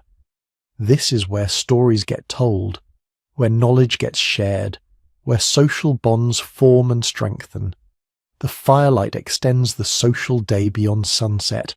It creates time for teaching, for planning, for strengthening the relationships that hold the group together.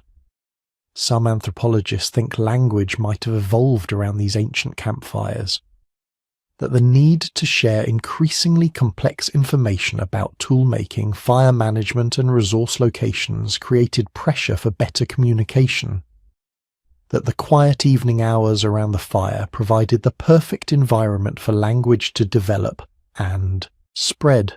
We'll never know for certain. Language doesn't fossilize, but the timing is suggestive.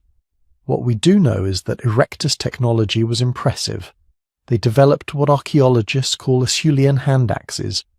These aren't axes in the modern sense. They're teardrop-shaped stone tools, usually about the size of your hand, carefully flaked on both sides to create a sharp edge all the way around. Here's what's remarkable about Acheulean hand axes. They first appear in the archaeological record about 1.76 million years ago, and they continue basically unchanged for over 1.5 million years. Think about that. The same basic tool design, reproduced across 3 continents, for longer than our entire species has existed. Modern humans have only been around for 300,000 years. Erectus was making the same style of hand axe for 5 times longer than that. Was this technological stagnation? Were erectus just not smart enough to innovate? Actually, no. It's evidence of something else entirely. Perfection. Acheulean hand axes are incredibly versatile tools. You can use them for butchering animals, processing plants, digging for tubers, cutting wood, scraping hides. They're the Swiss Army knife of the Paleolithic. And once erectus figured out the optimal design, there was no reason to change it. But more importantly, the consistency of Acheulean hand axes across time and space tells us that erectus had developed sophisticated cultural transmission. These tools required skill to make. You couldn't just pick up rocks and start flaking. You needed to select the right stone, understand how it would fracture, know the correct angle and force for each strike. This was knowledge that had to be taught and learned. Generation after generation, for over 1 million years, erectus parents and grandparents were teaching their children and grandchildren how to make these tools. The tools themselves are fossils of cultural learning, evidence of teaching and social cooperation stretching back almost 2 million years. As time went on, erectus brains continued to grow. Early erectus had brains around 800 and 900 cc, but later populations living between 500,000 and 300,000 years ago had brains reaching 100 cc or more. That's approaching the lower end of the modern human range. With bigger brains came more sophisticated behavior. The archaeological record from later erectus sites shows evidence of systematic hunting, not just scavenging. They were taking down large game, probably using coordinated group tactics. They were selecting specific types of stone for different tools, sometimes travelling dozens of miles to quarry high-quality materials, Most remarkably, there's evidence they were taking care of each other. At Dmanisi in Georgia, archaeologists found the skull of an elderly Erectus individual who had lost all but one of their teeth years before death. Without teeth, this individual couldn't process raw food. They would have starved within weeks, but they didn't starve. They lived for years after losing their teeth. Someone was feeding them, probably pre-chewing food or preparing it so soft that it didn't require chewing. This individual was being cared for by their group, even though they couldn't contribute much to survival anymore. This is compassion, empathy, the recognition that members of your group have value beyond their immediate utility. Other Erectus sites show similar evidence. Individuals with severe injuries that healed over years, people who survived broken bones, infected wounds, even partially healed skull fractures. These weren't people who could fend for themselves during recovery. They were being protected, fed, and cared for by their communities. This tells us something profound about Erectus' social organization.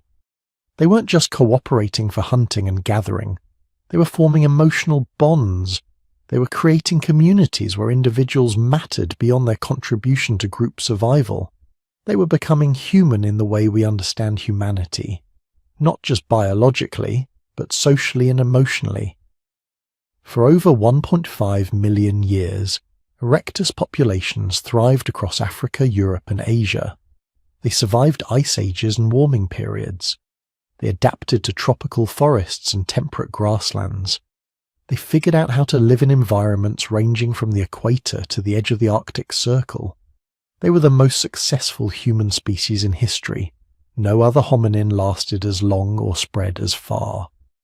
Modern humans have only been around for 300,000 years. Neanderthals lasted maybe 400,000. Erectus endured for nearly 2 million years, but their story was also one of gradual transformation, because Erectus didn't just go extinct and get replaced by something else. In many places they evolved into something else.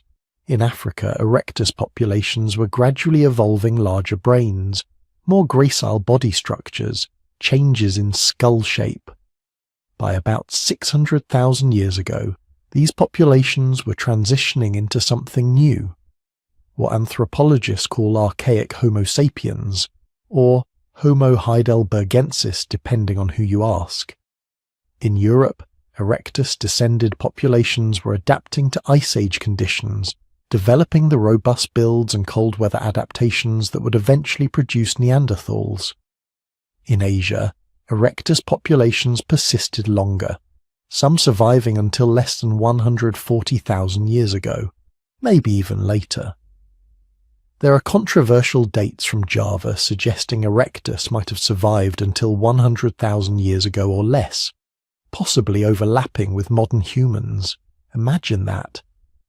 A species that first appeared 1.9 million years ago, still around when anatomically modern humans were already walking the earth. That's staying power. But eventually they were gone, not wiped out in some dramatic extinction event. They didn't lose a war or succumb to a plague. They evolved, they changed, they became us, or our cousins, or they faded away as the world filled up with newer, slightly more advanced human species. Still, their legacy remained.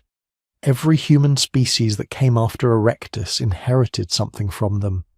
The ability to control fire, the knowledge of tool-making, the social structures that allowed caring for the vulnerable, the restless, wandering spirit that had carried them out of Africa and across 3 continents. When your ancestors finally left Africa 60,000 years ago, they were walking paths that Erectus had pioneered over 1 million years earlier. When they learned to control fire, they were using techniques developed by Erectus communities 1 million years in the past. When they cared for their elderly and sick, they were continuing traditions that stretched back almost 2 million years. Erectus was the foundation. Everything that came after was built on what they learned, what they discovered, what they figured out through nearly 2 million years of trial, error and gradual improvement.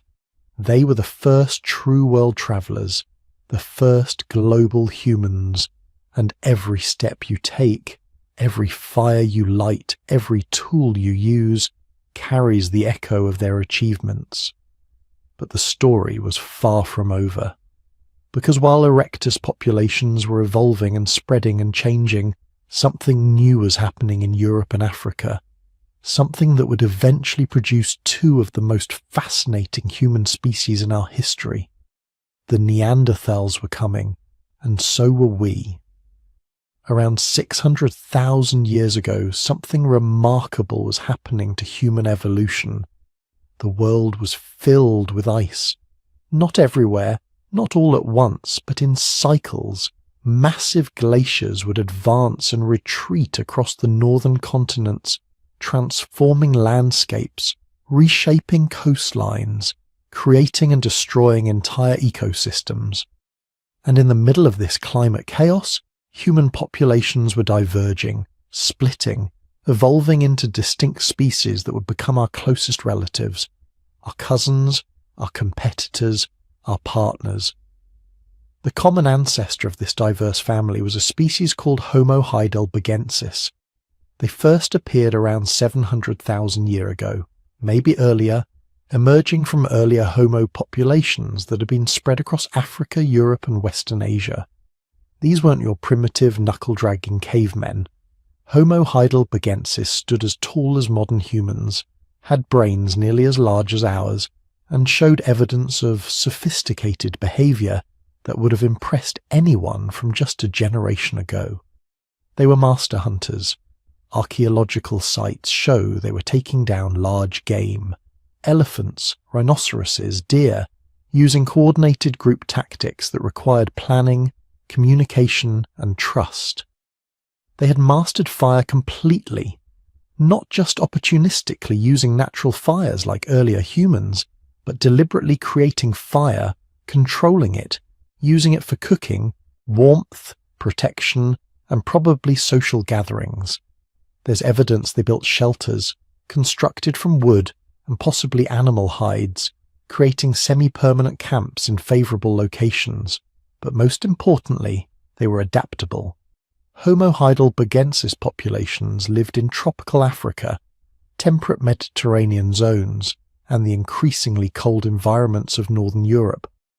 This geographic spread created the perfect conditions for evolutionary divergence.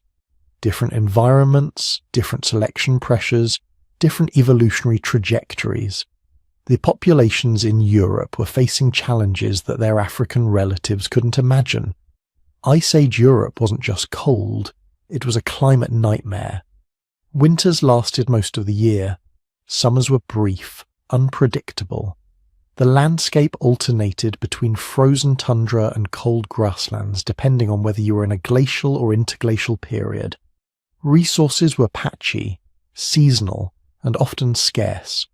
Surviving here required not just intelligence but physical adaptations to extreme cold. Over hundreds of thousands of years, the European descendants of Homo heidelbergensis began changing. Their bodies became more robust, bones thicker and denser to support massive musculature. Their faces developed prominent brow ridges and receding foreheads. Their nasal passages enlarged dramatically, creating the distinctive protruding nose that would help warm freezing air before it reached their lungs. Their brains actually grew larger than those of modern humans, averaging about 1,600 cubic centimetres compared to our 1,400.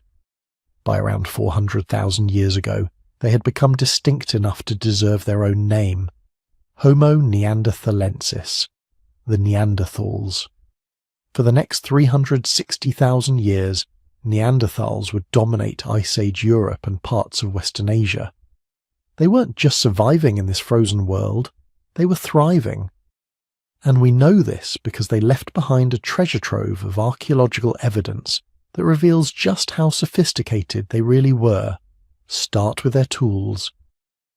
Neanderthals developed what archaeologists call Mysterian technology, a method of stone tool production that shows remarkable planning and skill.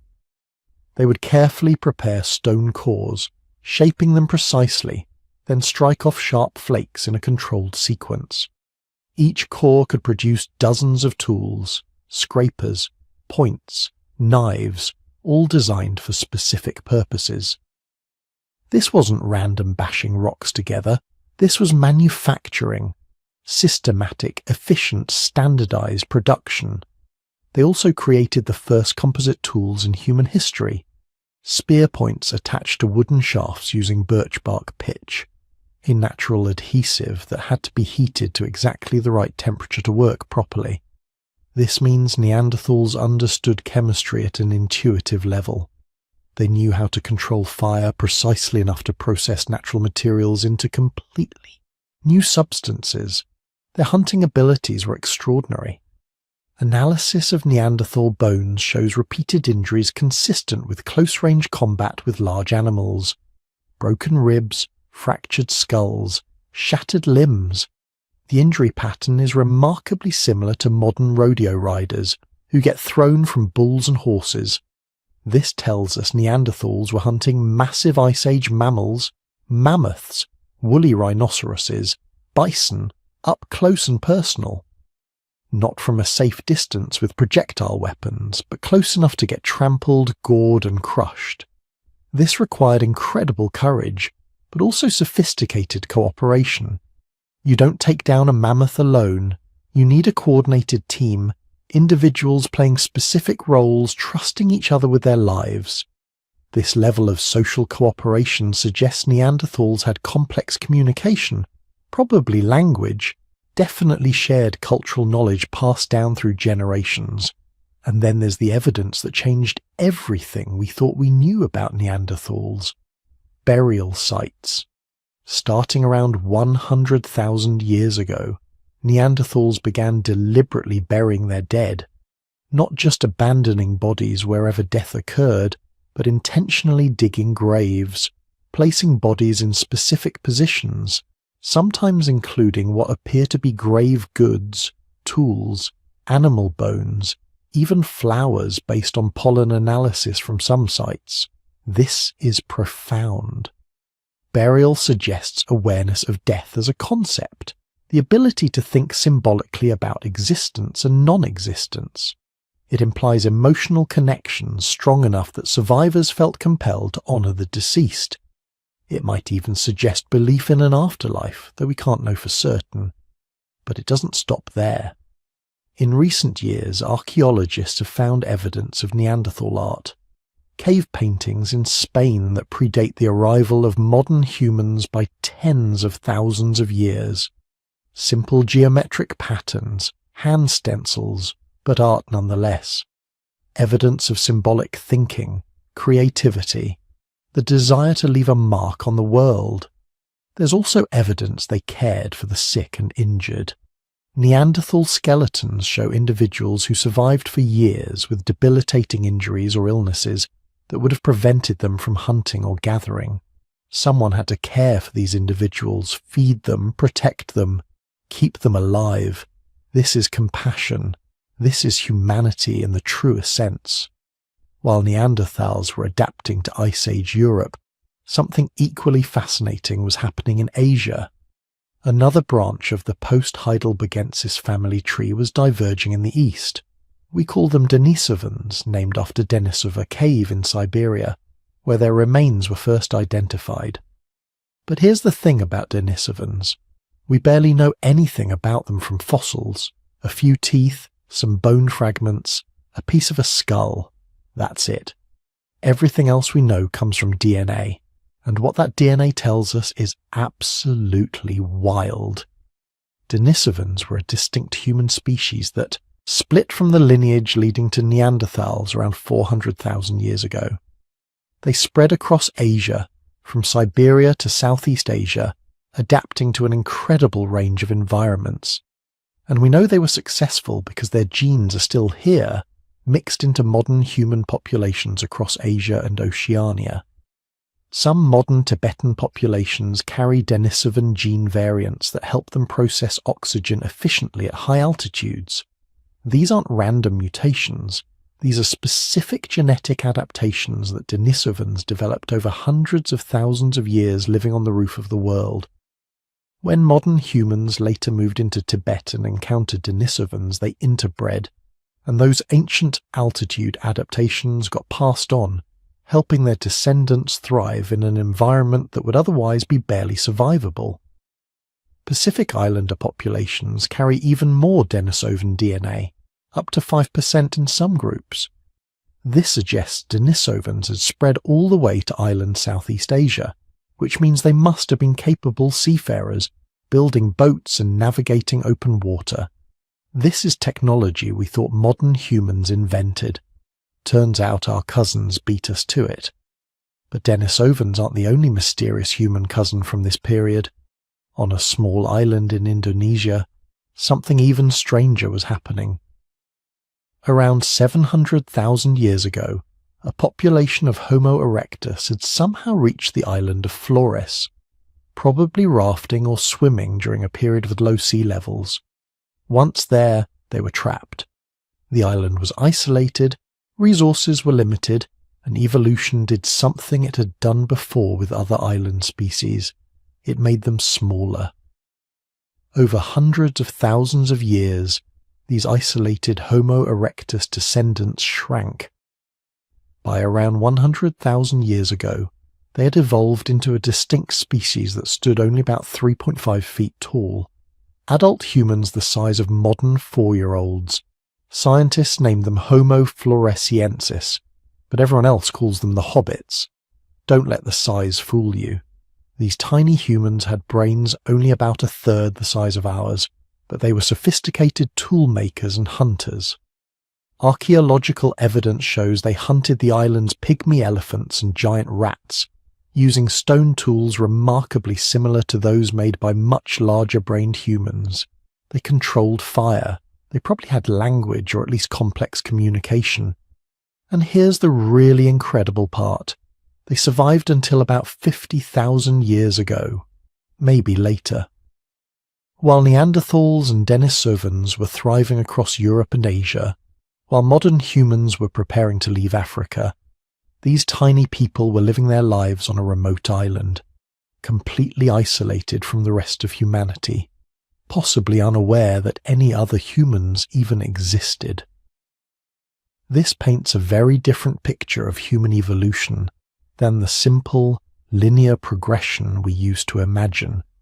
Between 200,000 and 40,000 years ago, the planet was home to at least 4 distinct human species, and probably more we haven't discovered yet. Neanderthals in Europe and Western Asia, Denisovans across Eastern Asia, Homo floresiensis on their Indonesian island, and in Africa a new species was emerging that would eventually outlast them all, Homo sapiens, modern humans. But here's what makes this period so fascinating. These species weren't completely separate. When their ranges overlapped, they interbred. Genetic analysis of modern non-African populations shows we carry 1–2% Neanderthal DNA. Asian populations carry additional Denisovan DNA. This interbreeding happened multiple times, in multiple locations over tens of thousands of years. Think about what this means. When modern humans finally left Africa around 60,000 years ago, they encountered Neanderthals in the Middle East and Europe, and instead of just competing or fighting, at least sometimes they formed relationships, had children together, created mixed families. Those hybrid children survived, thrived even, and passed on genetic variants that are still with us today. Some of these inherited genes turned out to be useful. Neanderthal gene variants related to skin and hair helped modern humans adapt to the different UV levels in northern latitudes. Immune system genes from both Neanderthals and Denisovans provided resistance to local diseases that would have been devastating to recent African migrants. In a very real sense, interbreeding with our cousin species helped modern humans colonize the world. But it raises profound questions. If we could interbreed successfully, were we really different species? The biological species concept says species are defined by reproductive isolation, the inability to produce fertile offspring. But clearly that barrier wasn't absolute between human species. We were different enough to have evolved distinct physical characteristics and adaptations, but similar enough that our genes were still compatible. Maybe we need to think of Neanderthals, Denisovans, and early modern humans not as completely separate species, but as diverging populations of a single, highly variable species. Like dogs, a Chihuahua and a Great Dane look radically different, but they're both the same species because they can theoretically interbreed.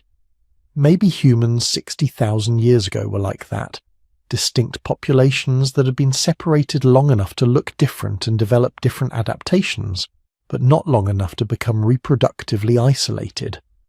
Whatever the technical definition, by 40,000 years ago something had changed dramatically.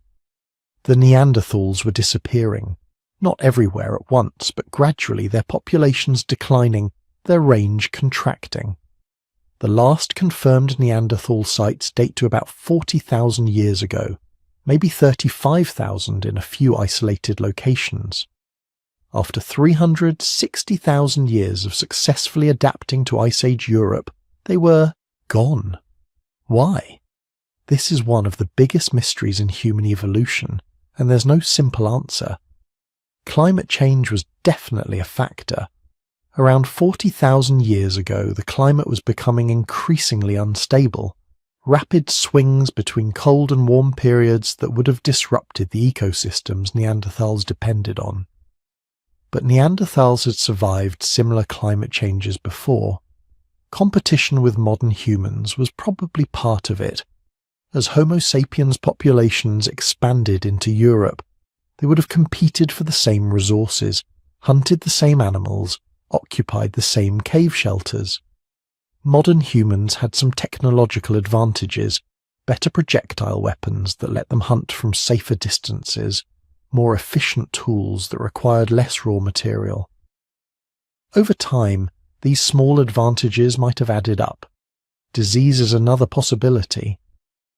When modern humans arrived from Africa, they might have brought new pathogens that Neanderthals had no immunity to. We see this pattern throughout history. When previously isolated populations meet, disease spreads, and populations crash. It could have happened to Neanderthals too. But there's another possibility, one that's simultaneously hopeful and sad. Maybe Neanderthals didn't exactly go extinct. Maybe they were assimilated. If Neanderthals and modern humans were interbreeding regularly as our populations overlapped, and if modern humans had higher population numbers, then over generations the distinct Neanderthal population would have been absorbed into the larger human population. The genes would survive, mixed into the human gene pool, but the distinct Neanderthal culture and physical characteristics would disappear.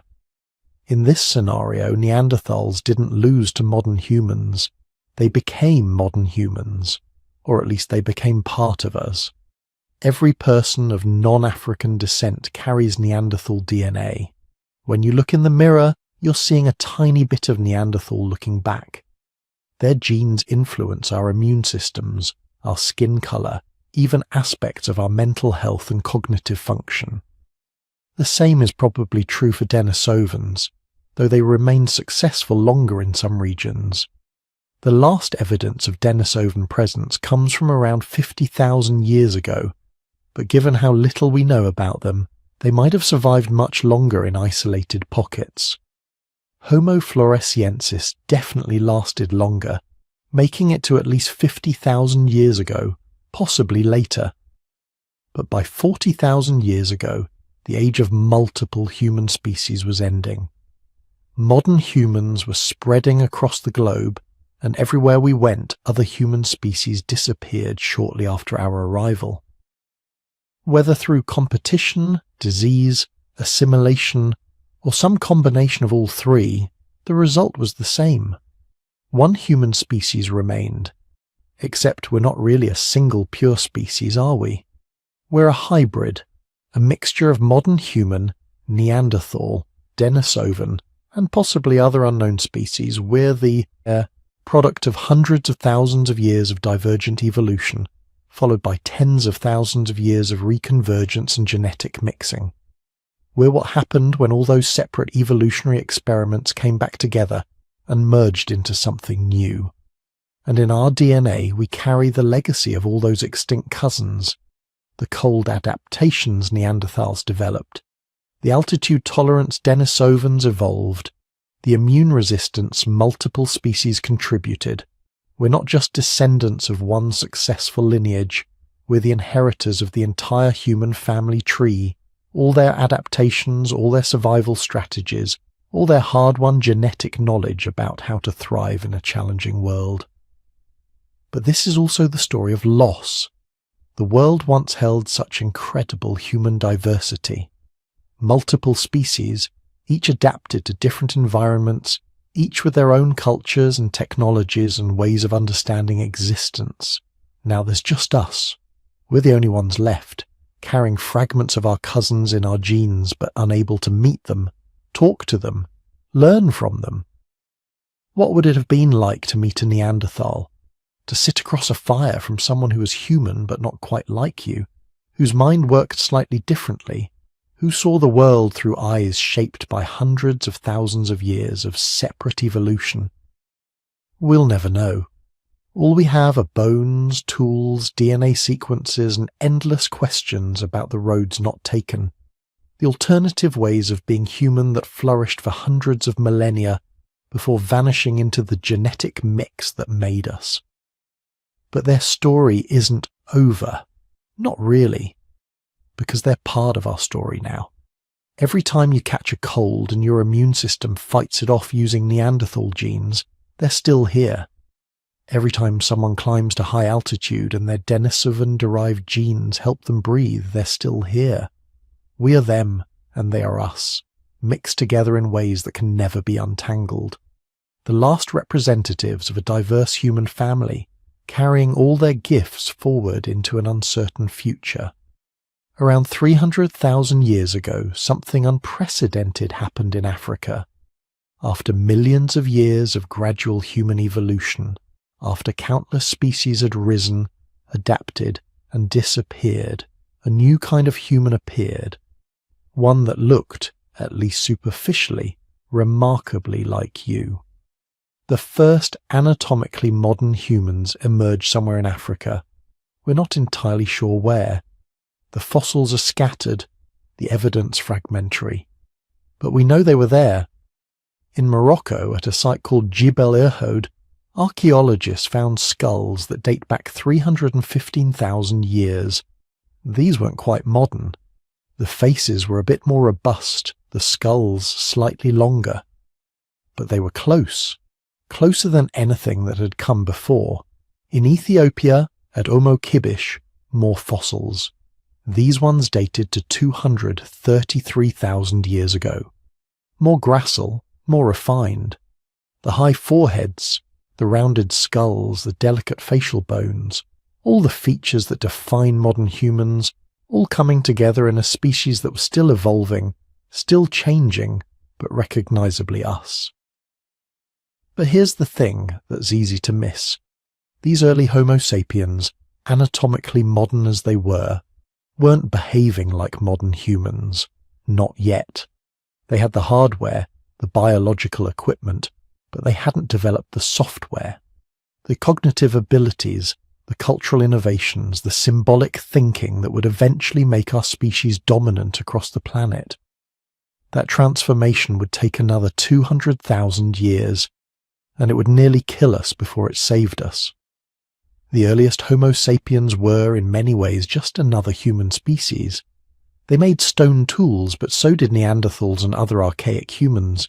They used fire, but fire had been controlled for hundreds of thousands of years.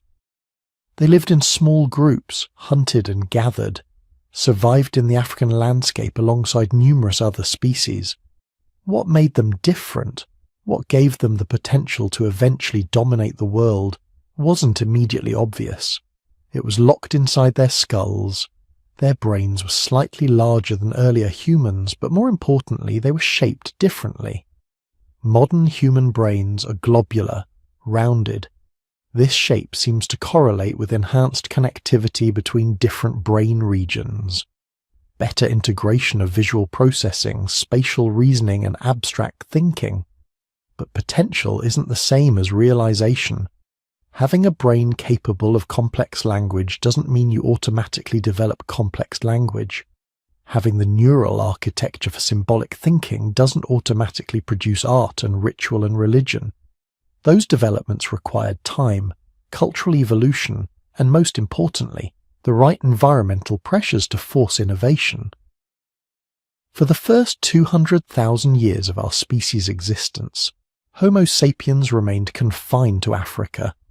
They spread across the continent, adapting to different environments. Some lived in coastal regions, learning to exploit marine resources.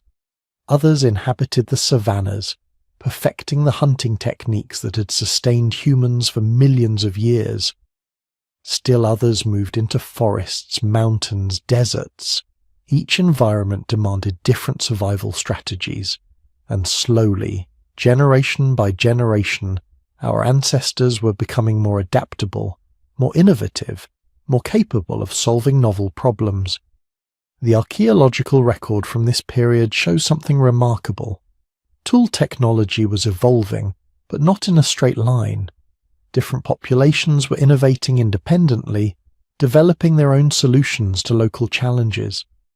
In South Africa, people were creating sophisticated stone points, hafting them onto spears with plant resins. In North Africa, different designs, different approaches to the same basic problems. This tells us something crucial. These weren't people mindlessly following ancient traditions. They were experimenting, problem-solving, teaching new techniques to their children. Cultural evolution was happening, but it was slow, localized, uneven. Then, around 195,000 years ago, something started to change. We see the first hints of symbolic behavior in the archaeological record. Not much. A few pieces of ochre with geometric engravings, some shells, deliberately perforated, possibly strung together as jewellery. These might not seem like much, but they represent a cognitive revolution. To create symbols, to make jewellery, you need to understand abstract concepts. A shell isn't just a shell anymore. It's a marker of identity, a sign of status, a beautiful object worth keeping.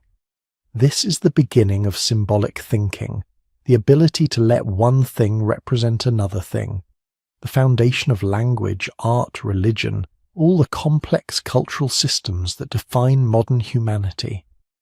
But these early expressions were rare, isolated. Most humans were still living much as their ancestors had, focused on the immediate challenges of survival. The real transformation was still to come. Around 74,000 years ago, the world nearly ended. Not for everyone, but for Homo sapiens, it came terrifyingly close. Mount Toba, a supervolcano in what's now Indonesia, erupted with a violence that's almost impossible to comprehend. It was the largest volcanic eruption of the past 2 million years. Toba ejected approximately 2,800 cubic kilometers of material into the atmosphere. For comparison, the 1980 eruption of Mount St. Helens ejected about 1 cubic kilometer. The sky went dark. Volcanic ash blanketed vast regions of Africa and Asia. Global temperatures plummeted, possibly by as much as 15 degrees Celsius in some regions. This wasn't just a bad year. This was a volcanic winter that lasted for years, possibly decades. For Homo sapiens still confined to Africa, the effects were catastrophic. Plant life died back.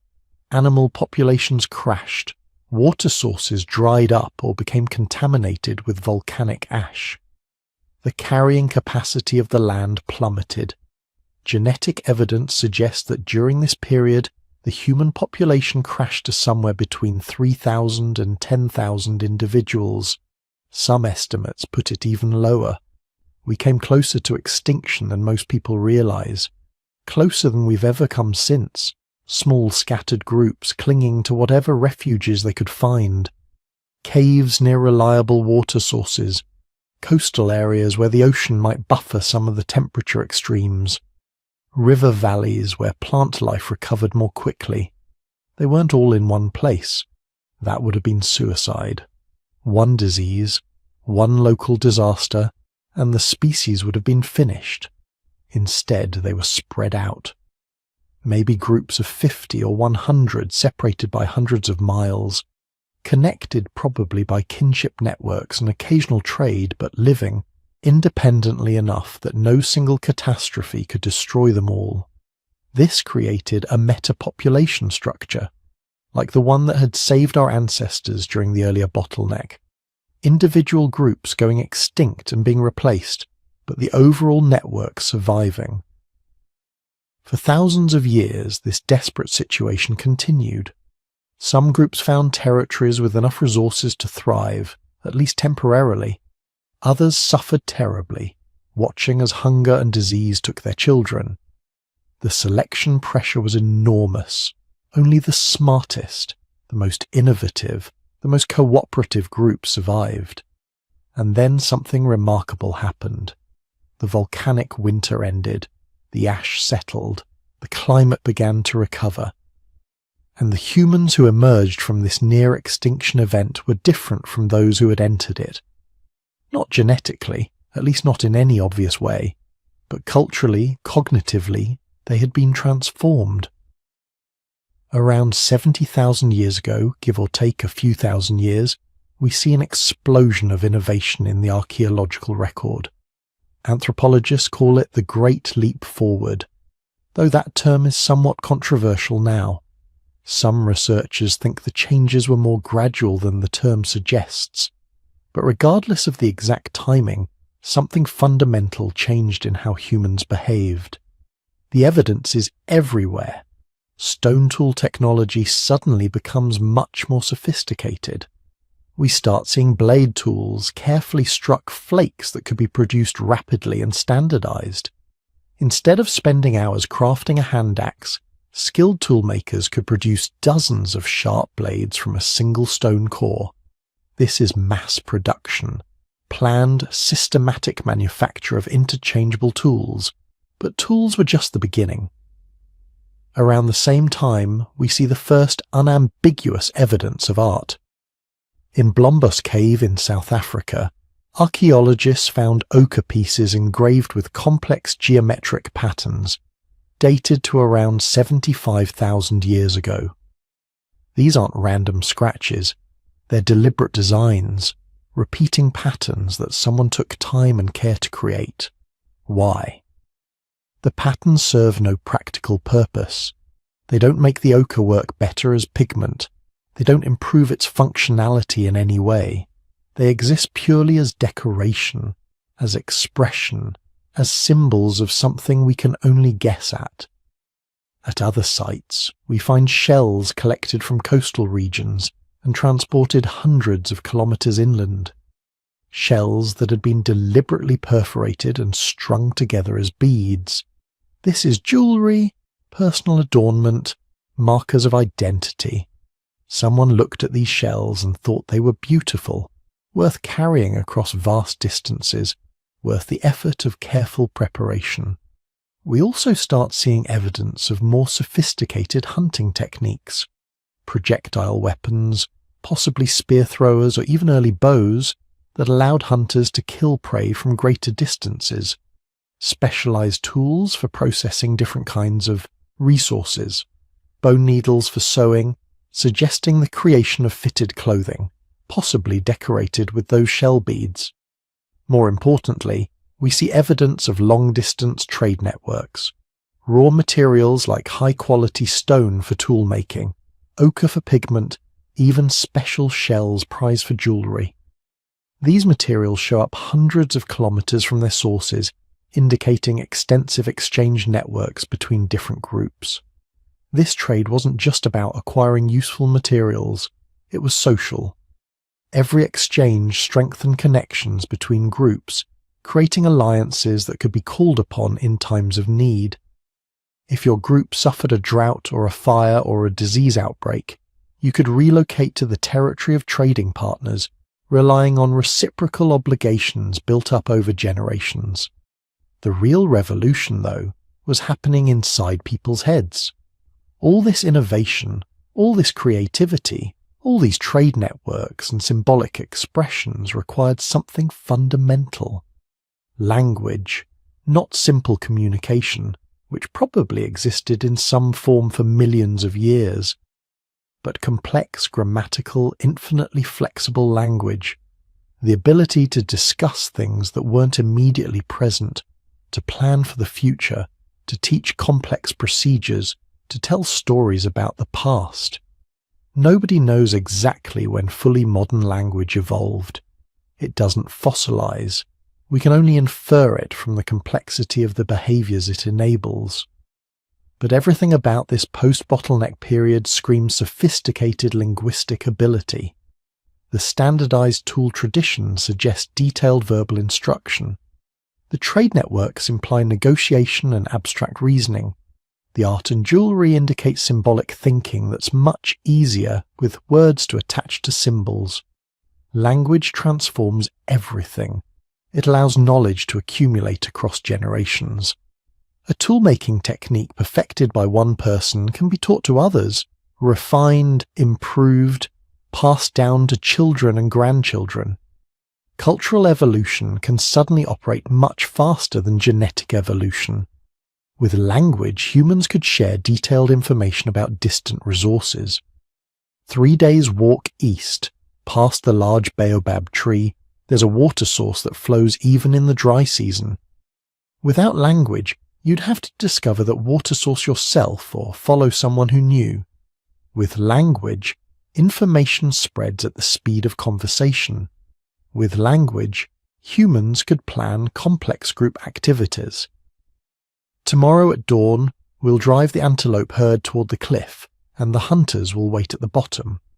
Coordinated hunting strategies that required precise timing and role specialization became possible. With language, humans could transmit abstract knowledge. Red ochre mixed with animal fat protects skin from the sun. That plant with the 3-pointed leaves will make you sick, but the similar plant with 5-pointed leaves is safe to eat.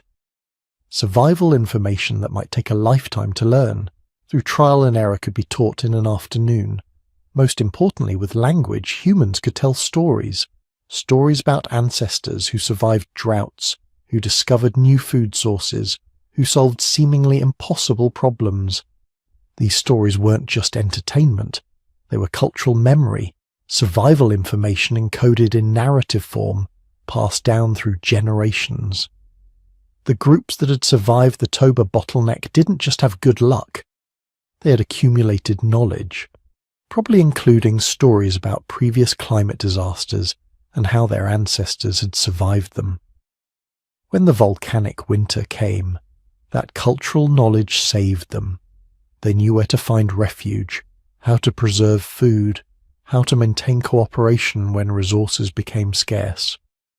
By 50,000 years ago, Homo sapiens had become something unprecedented in the history of life on Earth. Not the fastest species, not the strongest, not the most fertile, but unquestionably the smartest, the most adaptable, the most innovative. They had survived near extinction and emerged with all the cognitive and cultural tools needed to dominate the planet. They had sophisticated language. They had cumulative cultural evolution. They had symbolic thinking that allowed them to create art, religion, and complex social structures. They had technology that was advancing faster than any previous human species had achieved. Most importantly, they had something that would prove decisive in the millennia to come. They had the ability to adapt rapidly to new environments without waiting for genetic evolution. Through cultural innovation, they could move into territories their bodies weren't adapted for and survive anyway. They could invent new tools, new hunting strategies, new social systems as needed. This was the species that was about to leave Africa. Not the first human species to do so. Homo erectus had left nearly 2 million years earlier. Neanderthals and Denisovans were already established across Eurasia. But this time would be different. This time, the humans leaving Africa weren't just another species trying to eke out a living in unfamiliar territories. They were a culture-bearing, language-using, innovation-creating species with abilities no previous humans had possessed. They were ready to inherit the Earth. They just didn't know it yet. So there they stood. A small group of modern humans on the shores of the Red Sea, staring across the water at Arabia. Behind them, the only continent their species had ever known. Ahead, the entire rest of the world, empty and waiting. This wasn't the first time humans had left Africa. Homo erectus had done it almost 2 million years earlier. Other archaic human populations had wandered out and colonized parts of Europe and Asia. But this time was different. This time the migrants carried something their predecessors had lacked. The full package of behavioral modernity, refined by hundreds of thousands of years of evolution in Africa. Advanced language, sophisticated tool-making, abstract reasoning, the ability to plan for the future and learn from the past. They were also lucky. Around 70,000 years ago, sea levels dropped during a glacial period, narrowing the Bab el-Mandeb Strait between Africa and Arabia to maybe just a few miles. Some groups might have walked across land bridges exposed by the low water. Others probably built simple watercraft, rafts or boats made from bundled reeds. Either way, they made it. And once they reached Arabia, there was no stopping them. The thing is, they didn't know they were beginning the most successful migration in mammalian history. They were just following the coastline looking for food. Arabia at that time wasn't the desert it is today. During glacial periods, increased rainfall created a green corridor along the coasts, grasslands and woodlands teeming with game. The migrants moved east, generation by generation, following the shores of the Indian Ocean, and they moved fast. Within maybe 10,000 years, modern humans had reached Southeast Asia. Archaeological evidence from sites in India, Sri Lanka, and Southeast Asia shows modern human populations appearing around 60,000 years ago. That's an average migration speed of several miles per year, which might not sound impressive until you remember these weren't organized expeditions. These were small bands of hunter-gatherers, probably 20 to 50 people per group, who happened to settle a bit farther east than their parents' generation. Over thousands of years, that gradual drift carried them across an entire continent. But then came something unprecedented. Around 65,000 years ago, modern humans reached the shores of what is now Indonesia and looked out at the ocean and decided to cross it. This is where the story gets truly remarkable. Australia at that time was connected to New Guinea in a single landmass called Sahel. But Sahel was separated from Asia by at least 50 miles of open ocean. Even during the lower sea levels, there was never a land bridge. The only way to reach Australia was by water, deep water, open ocean crossings that would have taken days. This required planning. You don't accidentally float to Australia. You need to build seaworthy boats, gather provisions for the journey, and convince enough people to come with you to establish a viable breeding population on the other side.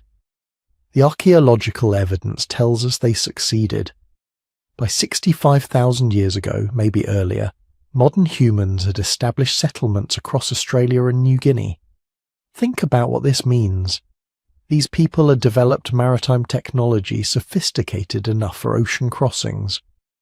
They had the social organization to plan and execute complex group projects. They had the language skills to coordinate multi-day voyages with multiple boats. And they had the courage or desperation to set off across water toward lands they couldn't see, trusting that something was out there.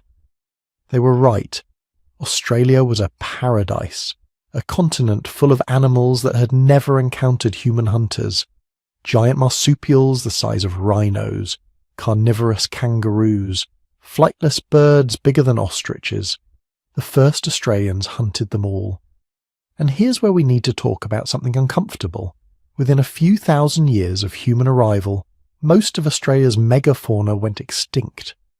The giant wombats, the massive marsupial lions, the enormous flightless birds, all gone. This pattern would repeat across the world wherever modern humans arrived. Megafauna extinctions following shortly after the first human settlers. Was it our fault? The debate continues, but the evidence is pretty damning.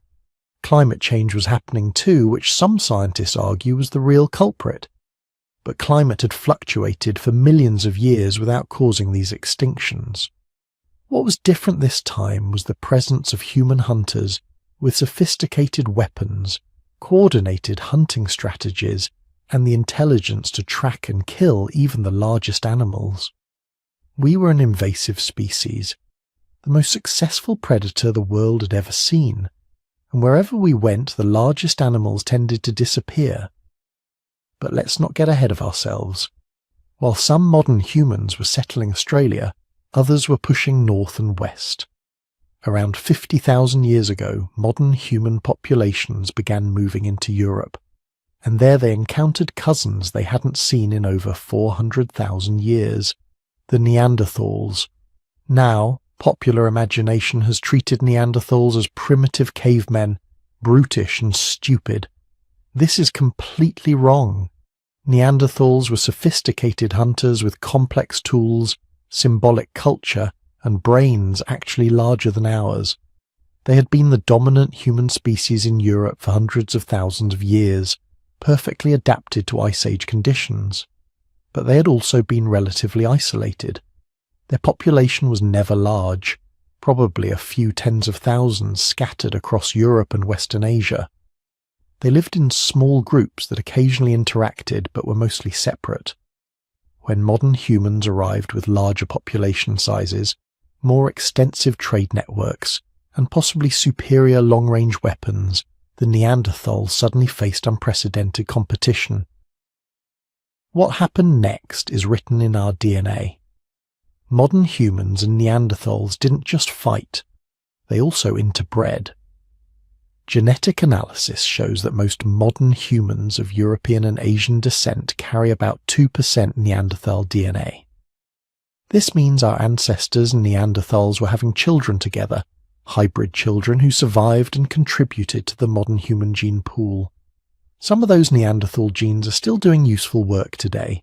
Variants that help us fight certain diseases, adaptations for cold climates, genes involved in skin and hair colour. The Neanderthals might have gone extinct as a distinct species, but parts of them live on in us. But why did they go extinct while we survived? Nobody knows for sure. Maybe we outcompeted them for resources. Maybe we had superior technology or better social organisation. Maybe we simply had larger populations that could absorb losses and keep growing while Neanderthal populations dwindled. Or maybe it was all of the above, plus bad luck and climate fluctuations that hit Neanderthal populations at exactly the wrong time. By 40,000 years ago, the last Neanderthals were gone. Modern humans had Europe to themselves, and we transformed it. Around 45,000 to 40,000 years ago, something changed in modern human culture. Archaeologists call it the Upper Paleolithic Revolution, though it wasn't really a revolution, more like a flowering, an explosion of creativity and technological innovation that seemed to happen everywhere modern humans settled. Suddenly the archaeological record fills with art. Cave paintings of stunning sophistication appearing in sites across Europe. The famous paintings at Chauvet Cave in France, created 36,000 years ago, show horses, rhinoceroses, and lions rendered with perspective, shading, and movement. These aren't crude stick figures. They're masterpieces that would look at home in any modern art gallery. Sculpture appears too. Carved figurines, including the famous Venus figurines, small statues of women found across Europe. Musical instruments made from bone, including flutes that could play complex melodies, decorated weapons and tools, objects that had no practical purpose beyond being beautiful. Why the sudden explosion of artistic expression?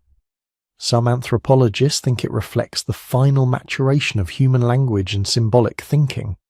Others suggest it was driven by population growth creating larger social networks that needed art and ritual to maintain cohesion. Still others think the art was always there, but earlier examples haven't survived or haven't been found. Whatever the cause, the message is clear. By 40,000 years ago, modern humans weren't just surviving. They were creating culture, beauty, meaning. They were asking questions about their place in the world and expressing the answers through art. But they weren't done migrating. The biggest journey was still ahead. Around 20,000 to 15,000 years ago, during the last glacial maximum when ice sheets covered much of the northern hemisphere, something remarkable happened. Sea levels dropped so low that a land bridge emerged connecting Asia and Alaska. We call it Beringia, and it was huge, maybe 1,000 miles wide, a completely new landscape of grasslands and tundra, and humans walked across it into the Americas. Or maybe they came by boat, following the Pacific coast, or maybe both. The evidence is still debated, but what's certain is that by 15,000 years ago, and possibly much earlier, modern humans had reached the Americas, and once again they moved with astonishing speed. Within maybe 2,000 years, human populations had spread from Alaska to Patagonia over 10,000 miles. They crossed mountains, deserts, rainforests, every environment the Americas could throw at them, and at each one they adapted, developed new technologies, new survival strategies, new cultures. The people who reached the Arctic became specialized hunters of seals and whales, developing sophisticated harpoons and kayaks. Those who settled the Great Plains became expert bison hunters, eventually developing techniques to drive entire herds over cliffs. Groups in the Amazon learned to manage the rainforest, cultivating useful plants and creating patches of enriched soil that are still visible today. Coastal peoples in the Pacific Northwest became master fishermen and woodworkers, building elaborate houses and totem poles, and once again the megafauna disappeared. Mammoths, mastodons, giant ground sloths, saber-toothed cats, all gone within a few thousand years of human arrival. The extinction was so rapid and comprehensive that it's hard to blame anything but hunting. We had become the most efficient killers the planet had ever seen, but we were also becoming something else. Something unprecedented. We were becoming a truly global species, the first and only animal to inhabit every terrestrial ecosystem on Earth. From the Arctic to the tropics, from deserts to rainforests, from coastal areas to high mountains, humans had figured out how to survive everywhere. And in each environment, we developed distinct cultures, languages, technologies. The diversity of human societies by 10,000 years ago was staggering. Some groups still lived as mobile hunter-gatherers, following game herds or seasonal plant resources. Others had become more sedentary, establishing permanent or semi-permanent settlements near reliable resources. In the Middle East, people were beginning to experiment with something that would change everything. They were starting to domesticate plants and animals. Instead of just hunting wild sheep, they were keeping herds. Instead of just gathering wild grains, they were deliberately planting seeds and tending crops. This was the beginning of agriculture, and it would lead to the most dramatic transformation in human history since the evolution of language. Around 12,000 years ago, multiple groups in different parts of the world independently discovered farming. In the Fertile Crescent of the Middle East, people domesticated wheat, barley, sheep and goats. In China, rice and millet, In Mesoamerica, corn, beans and squash. In the Andes, potatoes and llamas.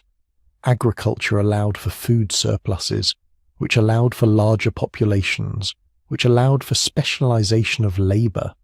Some people could focus on growing food, while others became craftspeople, merchants, priests, warriors. Villages grew into towns, towns into cities.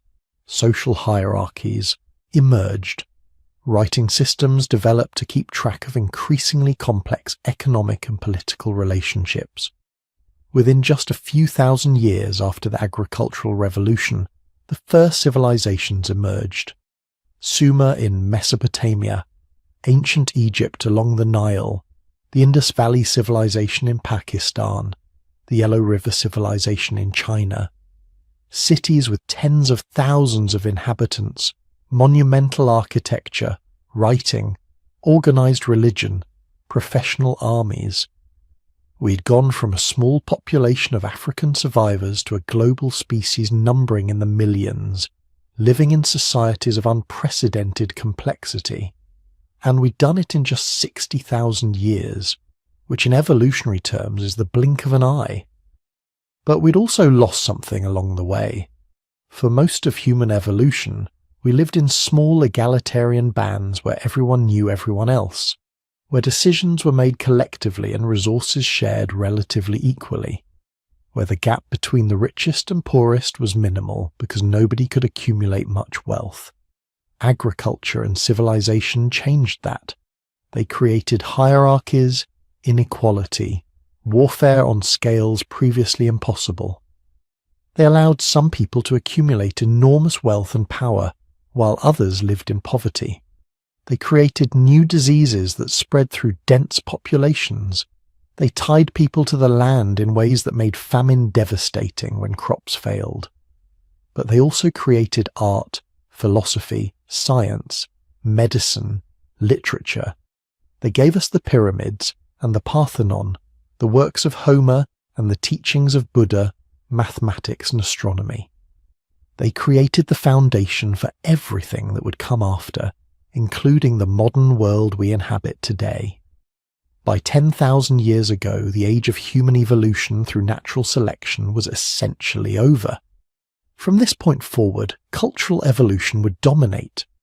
We would change not through genetic adaptation, but through the accumulation and transmission of knowledge, technology, and social innovations. The hunter-gatherers who crossed into Australia, who painted caves in Europe, who walked to the tip of South America, they were biologically identical to us. Same brains, same bodies, same genetic potential. The only difference is the knowledge they inherited from their culture versus what we inherit from ours. We had conquered the world. Every continent except Antarctica was home to human populations. Every environment had been mastered, every challenge overcome. We were no longer just another species struggling to survive. We were the dominant force on the planet for better and worse. The question now was what we would do with that dominance. That story is still being written. And here we are, the end of the story. Except it's not really the end, is it? Because you're here, listening to this, carrying in your cells the entire history we've just travelled through. Think about what we've covered. 65 million years ago, your ancestors were tiny, shrews hiding from dinosaurs. They were barely mammals, just small furry things trying not to get stepped on. Fast forward to 7 million years ago, and they'd become apes living in African forests, swinging through trees, eating fruit, living simple lives that could have continued unchanged for millions more years. But then something shifted. Climate change forced some of them down from the trees. They started walking upright, not because it was better, but because the forests were disappearing and they needed to survive in open grasslands. That single adaptation, standing on two legs, freed their hands. And free hands meant tools. Tools meant bigger brains. Bigger brains meant more complex thinking. More complex thinking meant language, culture, civilization. But it wasn't a straight line. It never is with evolution. For millions of years there were multiple human species walking the earth simultaneously. Australopithecus in the woodlands, Homo erectus spreading across Asia, Neanderthals dominating Ice Age Europe, Denisovans adapting to the high plateaus and islands of Asia. And then there was us, Homo sapiens, the late arrivals who somehow outlasted everyone else. We weren't the strongest. Neanderthals were more robust. We weren't the most cold adapted. We weren't the first to use fire or make tools or even leave Africa. So what made the difference?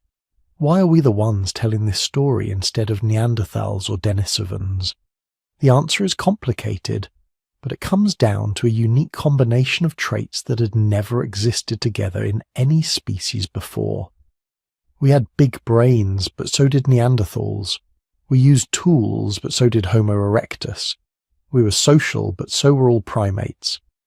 What made us different was having all of these things together, plus something extra, behavioral flexibility, the ability to adapt our culture faster than our genes could evolve. When Homo sapiens encountered a new environment, we didn't wait thousands of generations for natural selection to adapt us. We invented new tools, developed new hunting strategies, created new social systems. We could become Arctic hunters in Siberia, desert nomads in Arabia, island seafarers in Polynesia, all within a few thousand years. Same species, same basic biology, but radically different cultures and survival strategies. That flexibility came from language, from our enhanced capacity for symbolic thinking, from social systems that could preserve and transmit knowledge across generations. We didn't just survive. We created elaborate mental models of the world. We told stories. We made art. We buried our dead with ceremony. We wondered about stars and storms and what happens after we die. We became the first species in Earth's history to ask why about everything. But here's what's really wild. We're still evolving. Right now. This very moment.